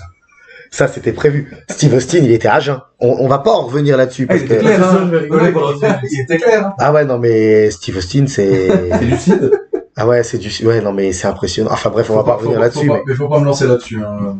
Parce que le mec, il est capable d'apparaître juste pour annoncer 65 000 spectateurs, défoncer une barrière. Par contre, l'année dernière, quand on l'attendait, Arrête, ça va m'énerver. là, il y a personne. Hein. Ça va la m'énerver. rêve que Thomas fait une émission sur 2. Non, bah toutes les émissions parce qu'aujourd'hui j'ai pas le droit d'en faire une autre des refs. Alors je me retiens. On se reconcentre. D'ailleurs, si je dis le prénom que je dois pas dire, j'ai failli le dire comme un connard. Je fais gagner le DVD La chute de la WCW. Je le fais gagner au premier qui me le mentionnera dans les commentaires que j'ai dit le nom que j'avais pas le droit de dire. On sait même pas, nous. Hein. Non, on sait pas. Moi, je sais pas. Tout de même. Moi je sais. Ah, ok, d'accord. Ok, d'accord. T'aurais pu Bah, la jouer, hein. c'est voilà. Une certaine personne. Ouais, Il qui y a va... je crois. Ouais. Ah, oui, D'ailleurs, cet après-midi, j'ai fait des américaines au boulot. Je me suis trompé entre Atlanta et Richmond en Virginie. J'ai eu l'air d'un con, je t'imagine même pas. Alors bref, on revient dans la réalité, puis après on va couper quelques minutes. Oui, ben on va arriver à la New Nexus, comme ça je raconte. Donc un New Nexus, c'est avec CM Punk. Oui, et ben, j'ai dit que la rivalité est finie entre John Cena et Wade Barrett. c'est pas vrai, il y a encore Pas tout à fait vrai. Il y a encore un dernier match entre Il les y deux. a un dernier match où Wade Barrett il essaye encore de... Bah, c'est un match en cage. C'est le match en cage. C'est le match en cage. Exactement, donc du coup il redéfie encore une fois John Cena. Match en cage, là c'est fini. Et le match se passe et tout ça, et il y a la Nexus qui arrive tout autour. Wade Barrett commence à grimper à la cage, et là c'est retour de CM Punk, qui était blessé, il avait été un peu commentateur. Et là il revient. Il grimpe, et on a l'impression qu'il va aider Wade Barrett. Ouais, il lui prend la Et main. voilà, il lui prend, voilà, Il c'est ça, lui tend la main. Ouais, il lui tend la main par-dessus la cage, Barrett attrape le bras, et en fait, quand il lui attrape le bras, CM Punk, il lui prend son brassard Nexus, il le fait glisser sur son propre bras à lui, et il le tape pour qu'il tombe au sol. Et... Et là, c'est kick-out de Wade Barrett du clan. Mais il va faire ça une fois ou deux, non? À propos du brassard. Quand il va devenir leader, il va pas les passer, il va pas un peu leur mettre des pour rentrer dans le groupe. Un peu des, aidez-moi, j'ai pas Bah, le nom. quand il est déjà leader, il va leur faire des comment dire, matchs d'initiation, Des initiations, des rites initiatiques. des Merci, rites Nico. initiatiques de sadomaso un peu. Oui, c'est ça. Genre, il va demander des mecs d'accepter de se faire flageller, en fait. Oui. Oui, c'est ça, Et ouais. il y en a quelques-uns qui vont refuser, je crois. Bah, ils sont virés du groupe. Bah, c'est les deux qui vont refuser. Justin Gabriel et Slater. Et Slater qui vont partir à SmackDown avec Wade Barrett. Et Wade Barrett qui va créer un autre groupe. Qui va créer The Core. Donc, ok. Alors, je propose qu'on fasse une pause. Quand on reprend, tu t'expliques le New Nexus. Oui. Et après, vous expliquez The Core. Ok. Et puis, je pense qu'on sera pas loin de la fin de l'émission. Yes. Allez, c'est parti. On va un petit peu partir sur deux chemins différents. Parce que The Core et The New Nexus ne se rencontrent pas. Le seul endroit où ils se rencontrent, et que, en fait, ça a été gâché, parce qu'ils auraient dû les faire clasher ensemble, pour moi, c'est au Rumble. Ok. Pendant le Rumble. Pendant le Rumble. Ok. Ça, on va y parler du New Nexus. Mm. Ok. Donc là, on reprend sur CM Punk, qui a viré Wade Barrett à SmackDown. Yes. C'est ça. Et là, c'est lui qui devient le leader du New Nexus. Ouais. Et on a dit juste avant la coupure, alors désolé si on se répète, il fait des rites initiatiques avec les mecs. Et Justin Gabriel et Heath Slater ne veulent pas, ils vont rejoindre Wade Barrett. C'est ça. Ouais, je m'en souviens bien. En fait, ils doivent même se tabasser l'un l'autre. Ouais, c'est ça, un coup de chaise, je crois, ou un truc comme ça. Des quêtes de stick. Des quêtes de stick, c'est ça. Il y a des coups de candlestick. Et du coup, bah, il a les deux nouveaux membres qui étaient arrivés plus tard, donc Michael Ducati Et Skiaris. et Skiaris qui sont déjà là. Il récupère pas aussi Mason Ryan. Bah, j'allais dire, c'est un peu après. Ah, ça Donc, va. en fait, il fait les rites initiatiques. Mason Ryan n'est pas encore là. David Otunga accepte. Donc, il voit que bah, c'est CM Punk, quoi. Donc, du coup, lui, il accepte. Ça devient même un peu son bras droit, du coup. On le voit hein, vraiment dans les shows et tout ça. Ils sont toujours en rivalité avec John Cena. C'est là où on va arriver à l'égard de CM Punk et tout ça. Parce qu'en fait, ils sont en rivalité contre John Cena. Et en fait, ça va switcher au bout d'un moment. Je vais y revenir. Et comme ils attaquent John Cena, tout ça, au bout d'un moment, bah, il intègre un nouveau gars, qui est Mason Ryan. Donc, le pauvre Batista V2. Ouais. Parce que lui, ça l'a torpillé aussi. Bah, on savait pas, c'était qui l'avait appelé Batista tout sur les réseaux sociaux, je sais plus quoi. C'était pas Jericho ou une connerie comme ça? Ah, c'est possible. Je crois que c'est Jericho. Ouais, effectivement, je m'en souviens. Et le gars a le physique de Batista, pratiquement la même gueule que Batista. Ah, il a des airs. Hein. Et le gros problème de ce mec-là, c'est, pour faire un parallèle, sur l'échelle du work rate, Mason Ryan, il est au doigt de pied de Jet Cargill. Ah ouais, quand même. C'est le géant vert. Ah. Je sais qu'après, il est revenu bien plus tard à NXT, où il avait fait un tout petit peu de progrès, mais le mec là, en fait, il avait tout, il avait le physique, il avait une gueule quand même, mine de rien, mais in-ring zéro. Et il a jamais voulu progresser. Ouais, il a pense. trop galéré, il a jamais voulu, donc du coup, en fait, il ne catchait pas. Donc ça mène à quoi ce moment de switch? C'est quoi? Qu'est-ce qui fait ce moment de switch? Donc la rivalité, comme je dis, est face à John Cena. On arrive à l'un des pires Rumble de tous les temps. Le Rumble à 40. Yes. Ok, d'accord, ouais. Voilà. Le Rumble. Ouais, je m'en souviens plus de celui-là non plus. Bah, le vainqueur, c'est Del Rio. Alors tu peux pas dire Del Rio comme ça, normalement. Faut quand même accentuer les R et les... Alberto! J'ai pas trop envie. Ah, je suis d'accord. Voilà. Donc on est pas, si en plus c'est, 1, 2, 3, si en plus c'est Del Rio qui gagne, on est vraiment pas sur le meilleur Rumble de tous les temps. Non, mais c'est vrai Et surtout, que... même à 40, on s'est dit ça pouvait être une idée. Et en fait, ça a chié. Surtout qu'en fait, la moitié du temps d'antenne du Rumble, elle est prise par John Cena et Randy Orton. Putain, c'est dans ce show-là? Oui. Oui. C'est dans ce show-là où pendant un moment, le New Nexus démonte tout le monde. Domine tout le monde. Il y a Booker T aussi. Ils éliminent The Core. Oui. Donc du coup, c'est là où il y a un peu d'interaction, mais ils éliminent 2-3 membres du corps. Donc en fait, je crois qu'il n'y a pas les deux clans ensemble dans le ring. Donc c'est vraiment dommage en fait, ils auraient pu faire ça. C'est pas le cas. Comme tu dis, il y a dans ce Rumble-là, il y a le retour de Diesel et le retour de Booker T. Ouais. J'ai plus l'ordre. Hein. Voilà, j'ai plus l'ordre. Mais tout ce que je sais, c'est que c'est The New Nexus qui élimine Booker T. C'est ou c'est pas Booker T qui élimine Mason Ryan avant ou un truc comme ça? Non, parce que vraiment les deux derniers du New Nexus qui se vont se faire éliminer par Randy Orton et John Cena, c'est Mason Ryan et CM Punk. Mais vraiment, ils sont à 4 dans le ring, il me semble. Je crois que, je sais plus si c'est Skiaris ou Michael Getty qui est pas là. Et ils prennent 2-3, à chaque fois qu'il y a un mec qui rentre, ils le virent. Ils le virent. Et en fait, au bout d'un moment, c'est l'arrivée de John Cena. Donc, grosse pop et tout. Et il y a que la New Nexus dans le ring. Donc John Cena, mais c'est John Cena, il va y aller. C'est un Superman. Ouais, Superman, il va y aller. Il se bat avec eux, il se fait un peu beatdown et tout ça. Moment troll, vient en son gueule. Et en fait, ils vont les éliminer tous. John Cena va shooter le New Nexus. Complet. Mais ça va être récurrent la New Nexus où un seul mec va les shooter complet. Oui, parce que c'est ce qui va arriver On après. arrive, et c'est là où je reviens sur, comme je dis, l'erreur de CM Punk. On s'est dit, en fait, pour Mania, c'est bien parti pour que ce soit John Cena contre CM Punk. Et éventuellement permettre à CM Punk d'avoir le main event. Pas forcément, c'était même pas prévu du main event. D'accord. Parce qu'en fait, dans cette période-là, en parallèle, The Miz devient champion de la WWE en cachant sur Randy Orton. Donc en fait, Randy Orton est en rivalité face à The Miz. Pareil, il s'éloigne un petit peu parce que The Miz il va avoir la rivalité face à Jerry Lawler, qui est, je dis, mésestimé. La rivalité de The Miz et Jerry Lawler, je vous la conseille. Je croyais que t'allais dire une saloperie, tu vois. Ah non. Ah, moi aussi, non, tiens. non, Toi aussi, hein. On le connaît, hein. Je vous conseille d'aller voir les matchs, et surtout même, ils font un match échelle, un match échelle ou un TLC à Raw. Jerry Lawler dans un TLC, c'est quand même, c'est complètement aberrant. Surtout qu'il avait quoi, 85 ans? Non, mais il se débrouillait très bien, moi, je trouve. Je trouve que c'est une des meilleures utilisations de Jerry Lawler à la télé. Attention, quand il commente, c'est pas la meilleure. Ah bah oui, déjà de base, mais Contrairement quand il était contre Michael Cole. bah, c'est ce qui va arriver après. Oh bordel. En fait, c'est après d'être sorti de la rivalité face à The Miz, il va rentrer en rivalité avec Michael Cole. Et ça, c'était une pure. Ça, c'est l'un des pires matchs de WrestleMania d'ailleurs. Je pense que c'est le pire match de WrestleMania. Avec le Bret Hart, qui n'existe pas, c'est pas pire. Je pense que je préfère regarder Bret Hart, Vince McMahon, que regarder Michael Cole contre... Ok. Et là, tu dis que ça switch, parce qu'en fait, John Cena va vers The Miz, C'est ça. où il va faire un... En fait, la décision, on se dit, bah, comme The Miz c'est le gros heel, on veut le pusher et tout ça, on va envoyer John Cena face à lui. Surtout que il y a The Rock qui va arriver. Donc du coup, on se dit, bah, c'est John Cena au main event, forcément, c'est la grosse star. Et du coup, CM Punk va se tourner vers Randy Orton. Sauf que, comment les storylines commencent, ça devait pas être dans ce sens-là. Et ça va mettre une aigreur à John Cena. Ah, il y a CM Punk. Pardon, une aigreur à CM Punk. Parce que pour lui, il s'imaginait qu'en tant que leader de Nexus, il allait devenir champion pour affronter John Cena.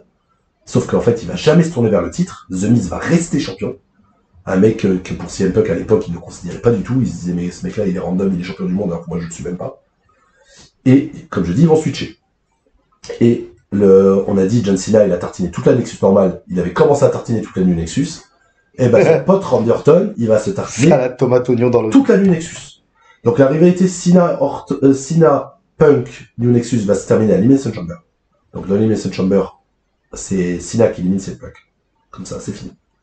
Et il élimine en faisant l'attitude adjustment à l'extérieur du ring en place sur le métal. Et derrière, CM Punk va s'en prendre à Randy Orton, je sais même plus pourquoi, comment. On s'en fout, littéralement. Et en fait, toutes les semaines, Randy Orton, il va éliminer un membre de la New Nexus. Pour qu'il soit pas là à WrestleMania suivant. Pour que ce soit, en fait, c'est ça, pour quand même WrestleMania, en fait, on a un AV1 sans intervention. Est-ce que ça te parle, Nico, ou pas du tout? Est-ce que t'avais déjà décroché? Non, je pense que j'ai aucun souvenir de ça. Vraiment aucun. Normal, Non, c'était pas bien. C'était pas bien. Oui, t'as pas envie de t'en rappeler. Non, mais je pense que on est quoi, du coup, on est 2011, là. Ouais, 2011, ouais. Ouais, je me rappelle la formation. C'est ça, mais en fait, la rivalité, elle se fait, donc, Elimination Chamber, ça devait être en février. Ouais, février, avril. Et donc, du coup, ouais, Et il shoot tout le monde. Il shoot tout le monde. Je me rappelle très bien, T'allais du dire coup, oui. la formation de la New Nexus, d'un côté, la formation du corps de l'autre. D'ailleurs, qu'on n'a pas, enfin, brièvement, Wade Barrett, Ça, on va le dire, on va partir, là, on va finir le New Nexus, parce que finalement, il y a plus grand chose après. Oui. Bah, de toute façon, il n'y a pas grand chose. Bah, Des deux côtés, il n'y a pas grand chose. C'est vrai, c'est vrai. Donc, non, ça me dit plus rien. Donc, ouais, toutes les semaines, je crois qu'il va commencer par un Ski Harris, et punt dans la tête de Ski Harris, semaine d'après, punt dans la tête de Mikey Lugetti, Il me semble, semaine d'après, punt dans la gueule d'Otunga, semaine d'après, punt dans la gueule de Mason Ryan. et les mecs ne sont plus là. Et Et ça, je crois qu'on le dit dans l'émission sur Orton, où en fait, le match après, c'est un 1v1, et qui gagne? c'est Randy Orton. Ouais, donc CM Punk, c'est vraiment la serpillière, quoi. C'est la serpillière. C'est vraiment, il a rien gagné en tant que leader de Nexus. Par contre, Est-ce qu'il y avait quelque chose à gagner en tant que leader de la New Nexus? j'avais déjà dit, C'est une place maudite, en fait. c'est l'un des seuls matchs à sauver dans WrestleMania 27.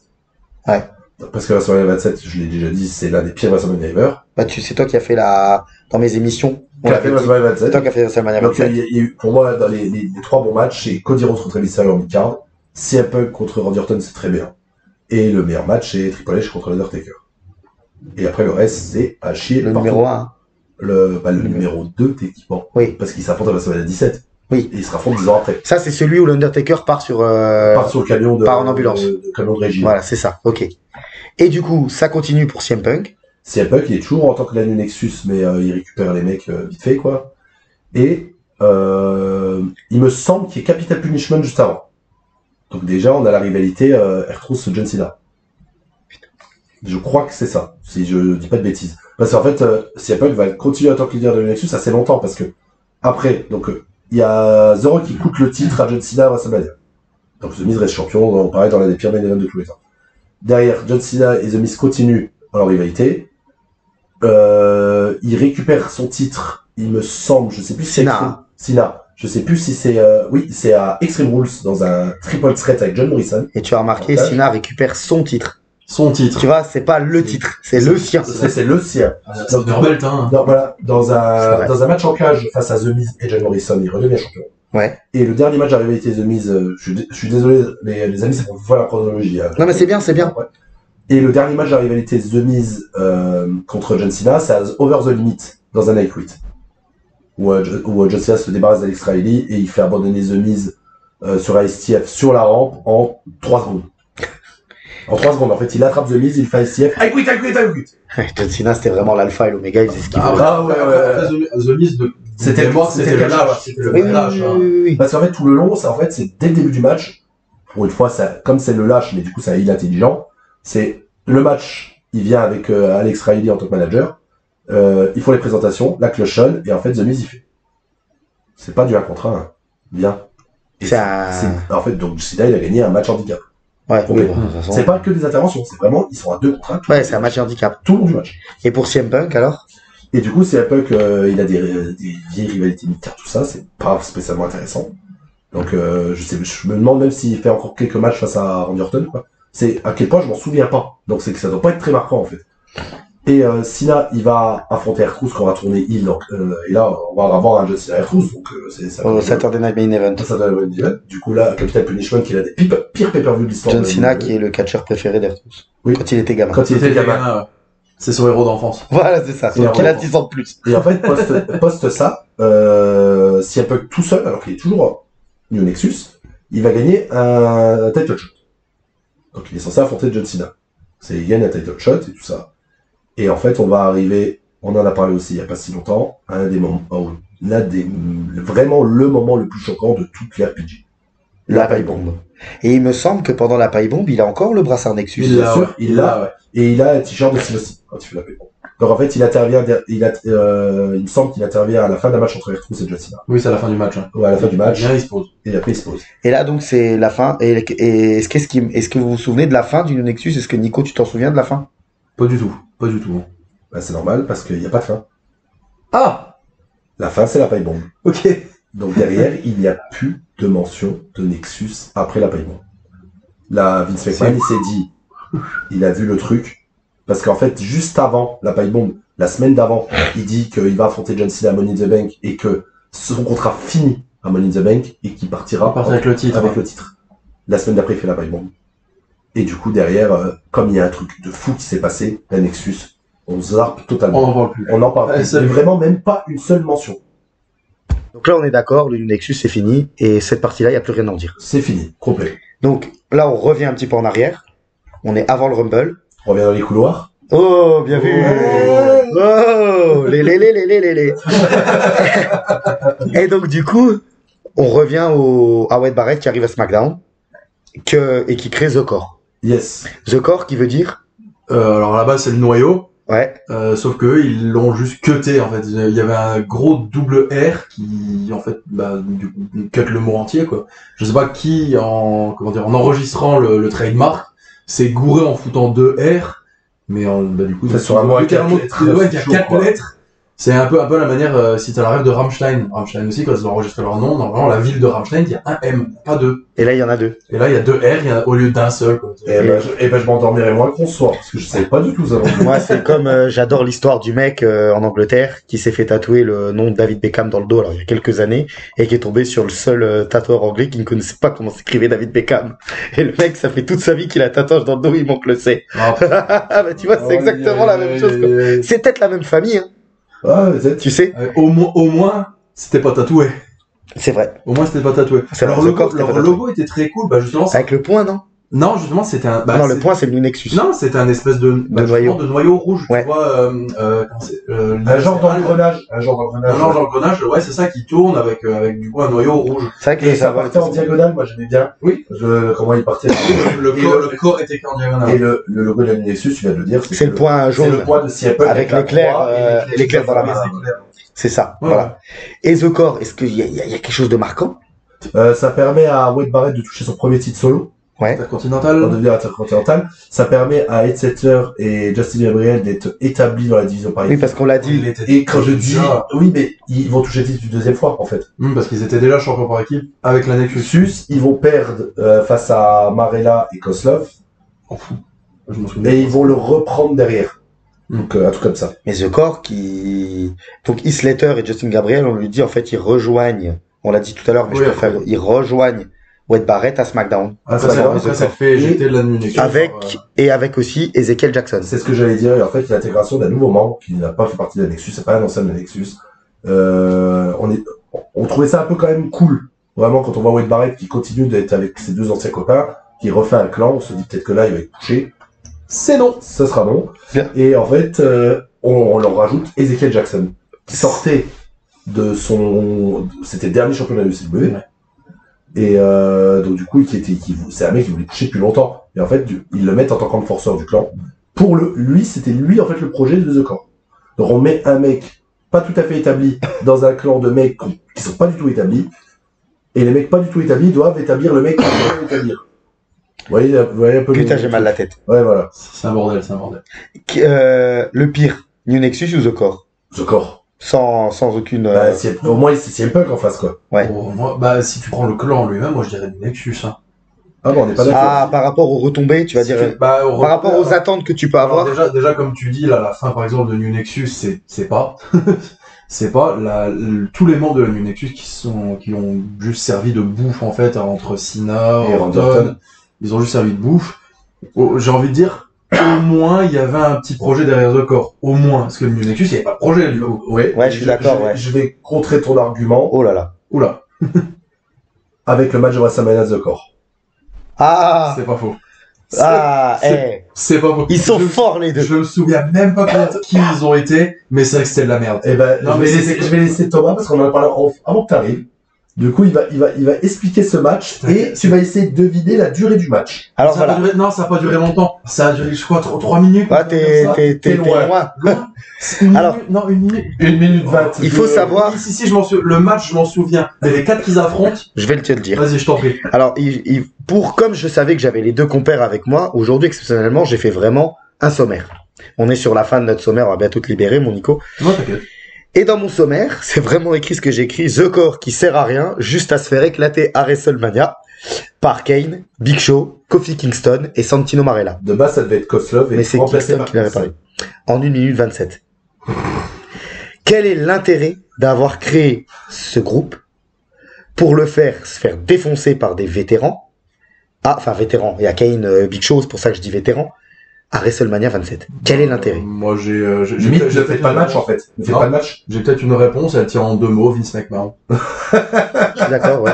Je suis d'accord, mais tu te rappelles par exemple quand The Shield affronte les New Age Outlaws, ils démontent les New Age Outlaws. Bah oui, C'est normal. C'est les nouveaux qui démontent les vieux. Voilà. Ouais. Là, je ne comprends toujours pas. Non, mais C'est Big Show et Kane, l'utilisation. c'est des upcomers, ils viennent, ils défoncent des états. Ouais, puis c'est- Et encore une fois, comme c'est des newcomers, ils vont prendre le titre par équipe juste après. Oui, puis Kane, ça me Donc dit ça veut dire à 2006, ils avaient déjà le titre par équipe ensemble et ils nous le refont 5 ans après. Oui, mais C'est vrai. Kane et Big Show, ils débutent. Ouais, mais c'est ça, Kofi Kingston, c'est pareil, ça fait quoi, 6 mois qu'il est là, non? Oui, non, Kofi Kingston encore, c'était bien, ça aurait pu Kofi Kingston aurait très bien pu justement faire partie de The Core pour justement, enfin non, dans un monde normal où le but du clan de The Core c'était de monter des gens. Ou au moins un match solo, un match par équipe, mais plus classique, on va dire. 2v2, juste Barrett et Ezekiel contre deux autres mecs. Ouais, mais t'as pas le temps. J'en sais rien. Pour gagner. T'as pas le temps de faire ça, il faut que tu laisses du temps à John Cena face à Miz. Et à l'entrée du Rock, qui doit durer 4 ans. Mais de non, toute façon- c'est le hausse du show. Donc Ah oui, c'est vrai, il est là du coup, en fait, du coup, il a pris 2 heures de temps d'antenne, quoi. C'est vrai. C'est pas cette année-là, par contre, où The Rock brûle son nom en flamme, où ça sert à rien. Non, ça va WrestleMania 30. Ou après, il Ouais, affronte, c'est plus tard, ou après, il affronte, Eric Rowan dans le match le plus court de l'histoire de WrestleMania. C'est qui? Oh! Ça, je l'avais pas, big up, bien joué. Mais non, mais par contre, enfin, du coup, donc le match à WrestleMania qui, bah, du coup, Il n'existe pas. c'est même pas un pétard mouillé en fait. Ah bah, le pétard, il a... T'as même pas le temps de le faire, le pétard. C'est un claque-doigt. Donc du coup, pour répondre à ta question, c'est un peu comme comparer le caca du chat et le vomi de la fourmi, quoi. C'est les deux merdasses, quoi. Ouais, Ouais. Fâche la référence. Toute personne normale aurait dit le caca du chat, le caca du chien, mais lui, non, tu vois, il va chercher le caca de fourmi. Non, on passe. Et le on popo passe. de l'hippopo. Non, on passe. Il me rend fou déjà, on passe. Pouah. Alors, du coup, par contre, Mais post-WrestleMania, du coup, c'est à ce moment-là que Ezekiel Jackson décide, se fait sortir du clan ou. Oui, parce qu'en fait, C'est très rapide en fait. La sortie d'Ezekiel Jackson du clan, elle est très rapide. bah, en fait, après ça. Ezekiel Jackson se rend compte qu'il est avec trois c'est des, tocards. c'est des losers. C'est des losers. Parce que je crois, lui, c'est pas lui qui prend le pin, hein, évidemment, tu vois. Je me demande si c'est pas Barrett qui le prend. Ouais, c'est peut-être limite le Barrett, peut-être Je par pense que c'est Santino pas Marella, après un coup de un coup de cobra. un coup de cobra, non, je sais pas. Franchement, c'est un wild guess, mais on serait peut-être pas loin de la vérité. La réponse. Vas-y, pendant ce temps, pas de soucis, regarde. Juste après ça, Ezekiel Jackson, comme il considère que les mecs c'est des losers, en fait, il préfère partir en solo, À juste titre. à juste titre. Et en fait, les Wade Barrett l'attaquent dans le dos et les trois dégomment. Et en fait, ça rentrait pas dans l'idée du clan parce que de base, il n'y avait pas vraiment de leader. En fait, les quatre devaient être encore une fois une unité, un noyau, justement, The Core. Et de voir Wade Barrett qui fait de l'ego parce que Ezekiel Jackson est plus fort et de l'attaquer. Donc du coup, ça permet à Ezekiel de tourner face, qui serait un foirage aussi, hein, mais on va pas en parler. Et ça permet, du coup, Barrett va dropper son titre intercontinental à Ezekiel. Attention. Non, j'ai la réponse. On a une partie correcte, mais on est très loin de la vérité au final. Il y a effectivement un Cobra, mais c'est sur Slater et c'est Big Show qui couche Slater. Ah, ça va, c'est le moins pertinent qui se trompe. Ce qui est normal. Et donc après ça, donc Wade Barrett va perdre son titre intercontinental face à Ezekiel. Et Ezekiel, je crois, il va dégommer Gabriel et Slater, et Wade Barrett va les abandonner. Et genre la semaine d'après, ou même dans le show, les deux disent, mais en fait, je croyais qu'on était une unité, mais en fait, tu penses aussi qu'à ta gueule. On te quitte. Salut, on te quitte. Et c'est comme ça que finit The Core. En fait, les deux clans finissent comme de la merde. Ouais, finissent comme un pétard mouillé. Il y a une meilleure fin léger, un truc très léger, une meilleure fin pour The Core, quoi. Bah, moi, Au moins, il y a un au revoir, quoi. Ouais, c'est non. vrai. Moi, je trouve que c'est une meilleure fin pour la nuit Nexus, parce qu'on a la paille bombe et qu'on a le Summer of Punk, au final. Oui, parce que la paille bombe. Non, mais pour le Ouais. clan lui-même, Oui. pour le clan lui-même. Non, je faisais la blague, en Oui, fait. Et parce que la paille bombe éclipse justement ce. Bah, c'est la paille bombe, le ouais. raté qu'on a eu pendant 6 mois, quoi. Alors là, du coup. Est-ce que la paille bombe va pas éclipser la totalité de ce qui se passait Oui, avec le mais de WWE, toute façon, ce qui est quoi. impressionnant, c'est de te dire que c'est un clan qui nous a hyper marqué dès le départ. Parce que, on l'a dit tout à l'heure, l'arrivée est magique.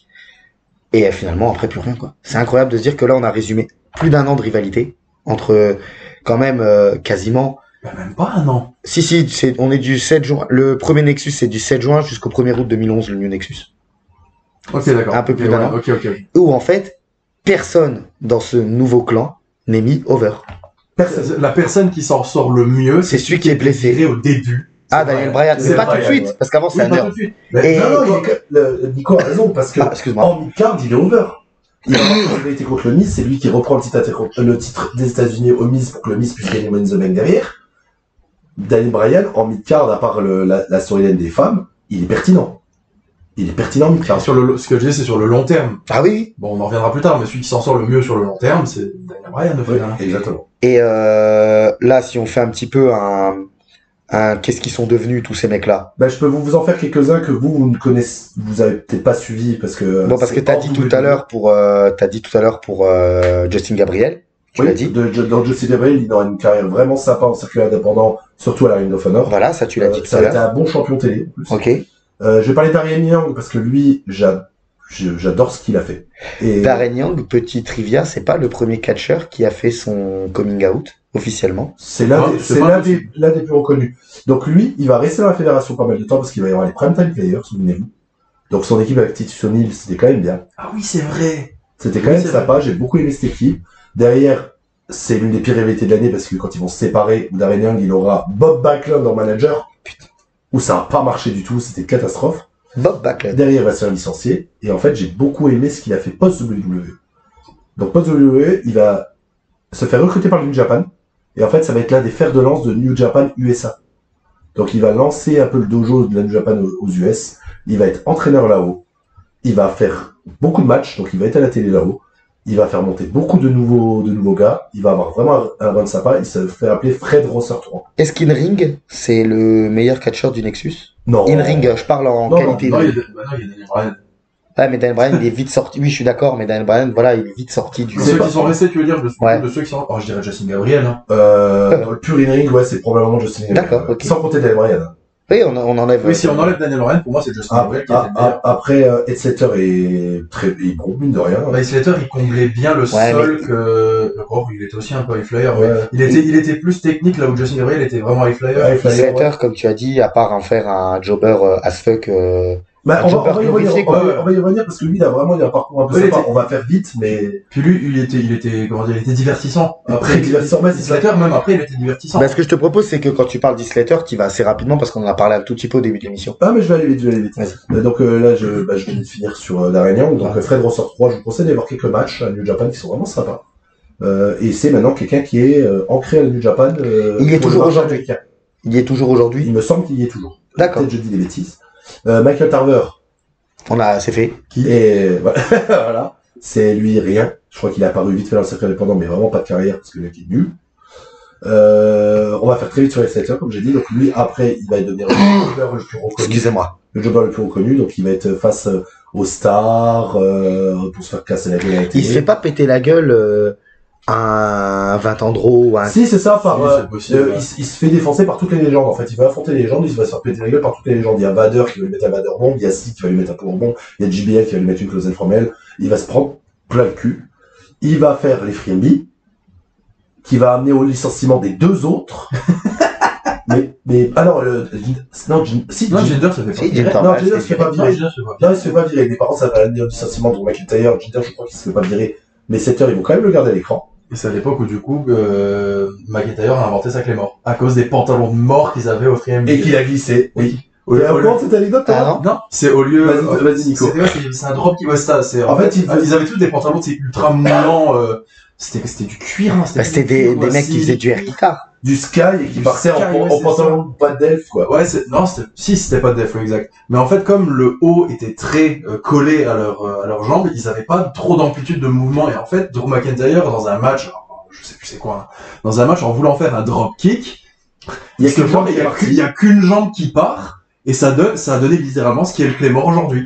Putain. Et après, avec cette erreur-là, il l'a dit en interview, c'est quand il est parti après devenir Drew Galloway, qu'il a fait tous les circuits indépendants, il a TNA, où, tu l'as dit en off tout à l'heure, on en a parlé, le plus gros glow-up. Pour moi, c'est le mec qui a eu le plus gros glow-up de l'histoire du catch en étant partie de la WWE. Voilà, Et vient, c'est un Golgoth. c'est ça, et en fait, il s'est dit, ah merde, en voyant les vidéos, quand il a raté son Rocky, il a fait, oh, je tiens quelque chose, là. Comme quoi. Ah, ça tient à rien, des fois. Non, ça tient à rien.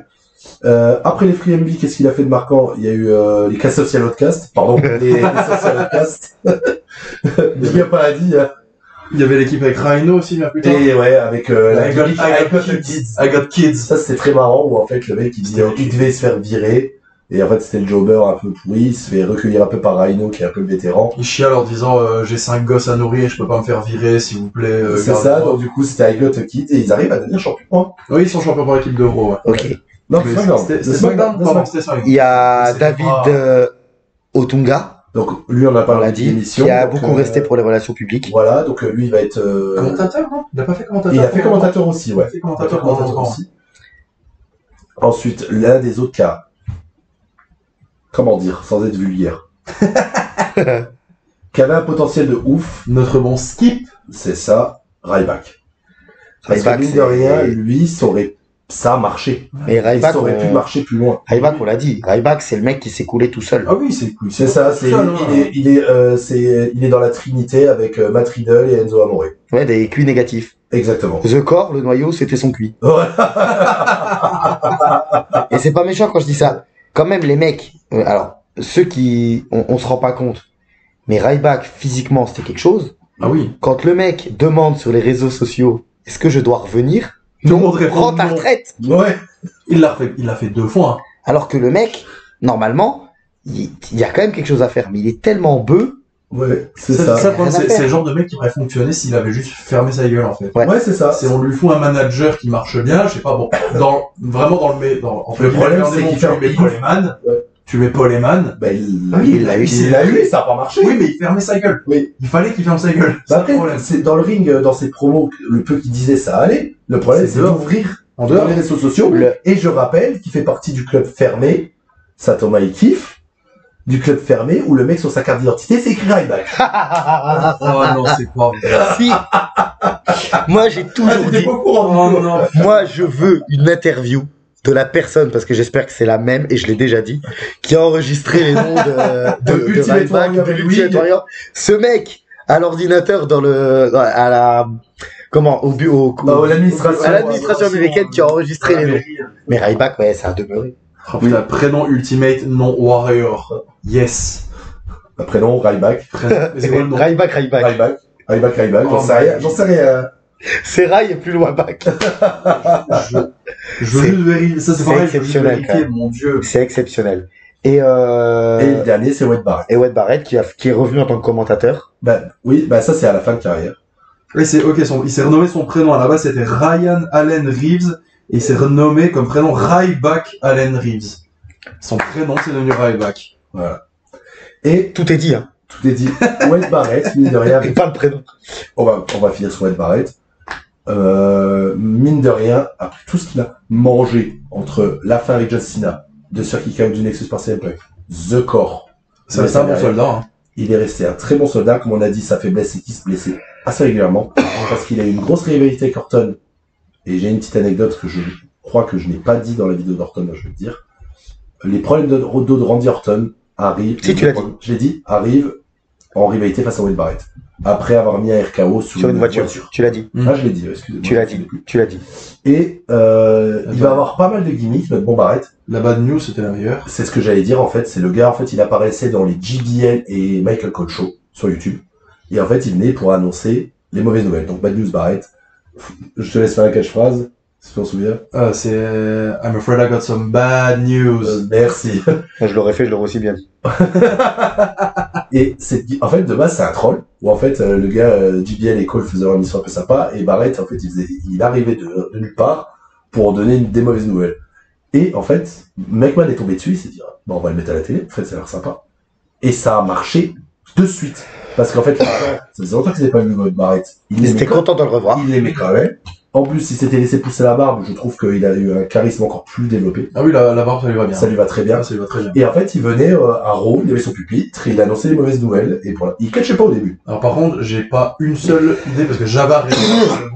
Pardon. Attention. Désolé, je vais mourir. moi. J'avais arrêté pour de bon de regarder à cette époque, donc j'avais pas la moindre idée de genre qu'est-ce qu'il annonçait en fait. Ah, je sais, mais c'était un peu du troll et tout. Ah mais genre est-ce que c'était comment dire des news sur la vie américaine ou alors c'était toujours en rapport avec le catch? Mais un peu des deux. Un peu des deux. Ok, Un d'accord. peu des deux. Et même, je me souviens qu'il y avait eu un gros troll à l'époque qu'ils n'ont pas voulu faire. Ils avaient envoyé Iman, c'est après le départ de Punk en 2014. Où le Punk a quitté la compagnie. Ils ont envoyé Iman pour calmer le public. Beaucoup de gens, ils avaient théorisé, il y a eu des montages qui avaient été faits à l'époque où en fait, ils lancent la musique de CM Punk. Le mec apparaît dedans avec la capuce, il se retourne. I'm afraid I've got some bad news. Ils auraient fait ça, ça aurait été des génies absolus. Ouais, par contre, je pense qu'il serait peut-être reparti avec un grand rond. Hein. Ouais, ça aurait été génial. Ça aurait été génial. Ah, Bronca. À Chicago, Ah, imagine, ils auraient Bronca. fait ça. À Chicago, ouais. Ça aurait été parfait. Ils auraient dû. Et après, et derrière, en fait, il va être touché. Il va recatcher en tant que Bad News Barrett. Il va, comme j'ai dit, il va développer son finish Bullhammer. Et il va être l'un des, cette époque-là, je trouve qu'on a eu des très bons champions intercontinentaux. Avec vraiment, ça passait de Curtis Axel, qui était, bon, zéro charisme, le pauvre Michael McGuffey, mais qui était pas mauvais dans le ring, de Cody Rhodes, de Wade Barrett, de Drew McIntyre. Et en fait, ça a switché un petit peu de gars un peu mid-card, on savait qu'ils avaient du potentiel, et je trouvais The Miz aussi dedans. une espèce Dolph Ziggler aussi. une espèce de Dark Horses. Ouais, voilà, un peu c'est ça. C'était un peu les War Horses, les Dark Horses. Ouais. Non, mais Dark Horses, c'est même mieux que ça. C'est bien dit. Il bosse dans l'ombre. Ils bossent dans l'ombre, en fait, c'est des mecs qui sont en mid-card, on regarde, et en fait, quand on regarde les matchs, ils sont toujours bons. Et après, au lieu de faire continuer sur Bad News Barrett, où il était vraiment over, au lieu de le laisser over, on décide de lui faire gagner King of the Ring et de lui donner la gimmick de Raw. King Barrett. Et ça l'a torpillé. tué. Le seul qui a réussi avec la gimmick de roi, c'est King Booker. C'est King Booker. On l'a déjà dit d'ailleurs. On l'a déjà dit. Du coup, j'ai une question parce qu'après, j'ai pas, du coup, c'était peut-être un peu plus ancien par rapport à ce que je connais, mais Lawler, il a eu la gimmick du King, pas avec un King of the Ring? Non, lui, il a toujours été Lawler, le c'était King. le King D'accord, Power, ok, mais ok. quand il était à Memphis. Ouais, Ok, c'est ça, il a d'accord. toujours été le King. Parce que Moi, c'était la vie du... Non, mais parce que c'était... du King, Elvis. C'était la Oui, vie mais étant donné d'Elvis. que tout ce que je connais, Non, tout c'est- ce que je connais de la WWE, de tous les gens qui se sont fait appeler King, c'était grâce au King Non. of the Ring. Donc on a esquivé du coup, on a esquivé King Austin. Hein. Ouais, ouais. Bah, heureusement. On a esquivé. Et on a esquivé King Hunter Sensley.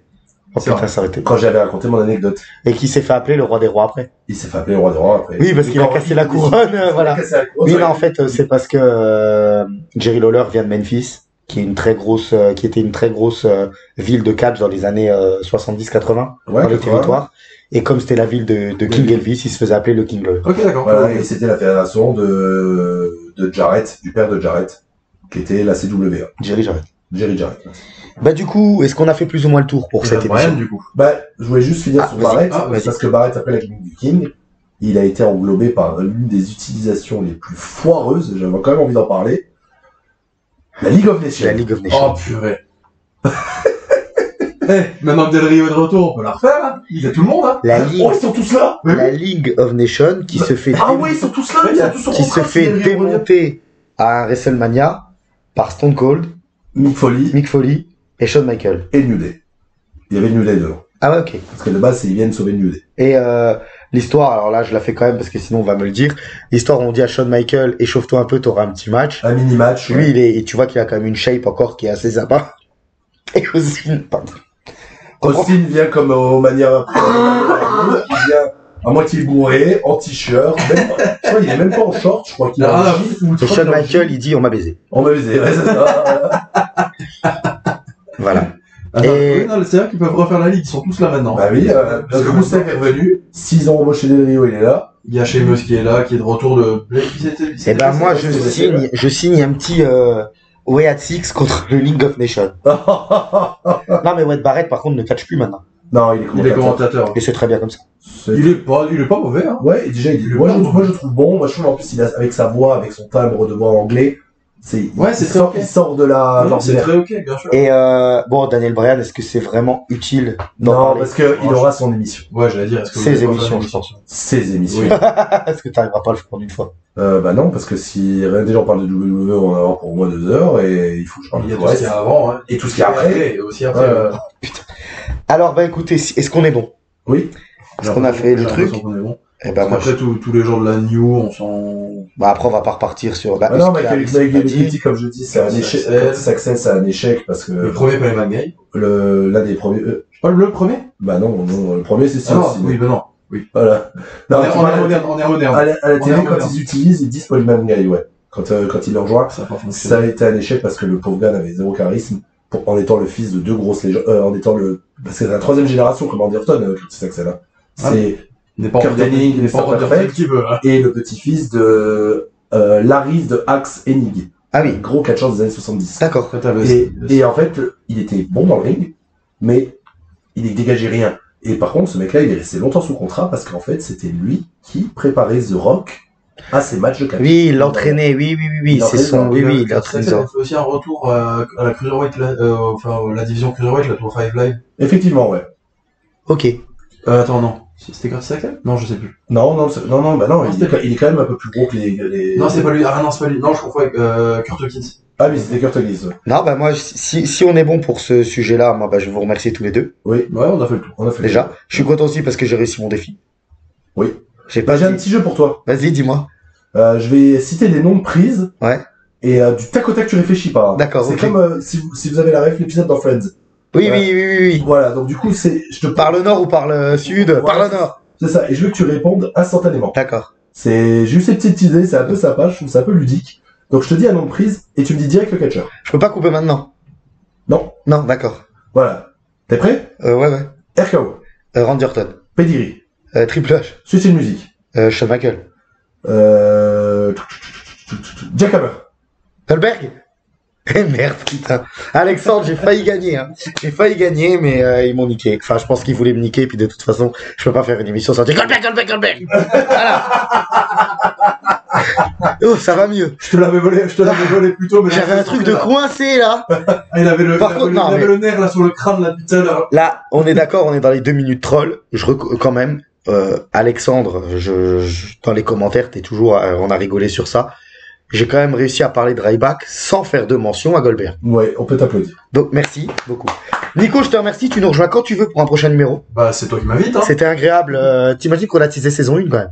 Ah oui, on en a parlé dès la saison. Oula, ça remontait déjà. Ouais, c'était très très agréable. Je compte sur vous pour nous donner de la force et j'espère que ça vous plaira parce que nous on a pris énormément de plaisir. Moi en tout cas j'ai pris énormément de plaisir à te faire cette émission. Moi aussi j'aime bien, c'était un peu décousu, c'était sympa, on a donné un peu tous notre avis. Bah après avec le temps que ça a duré, si on faisait pas de décousu et si on partait pas un petit peu dans la digression, l'émission aurait duré 25 minutes. Bah franchement oui. Et C'est avec le recul, on se rend compte que l'année, il y Ça avait dure pas un grand- an. il y avait pas 14 mois, un truc comme ça. Au total. voilà, ça durait un an, C'est il faisait 2 minutes par mois, C'est triste, hein. 28 minutes.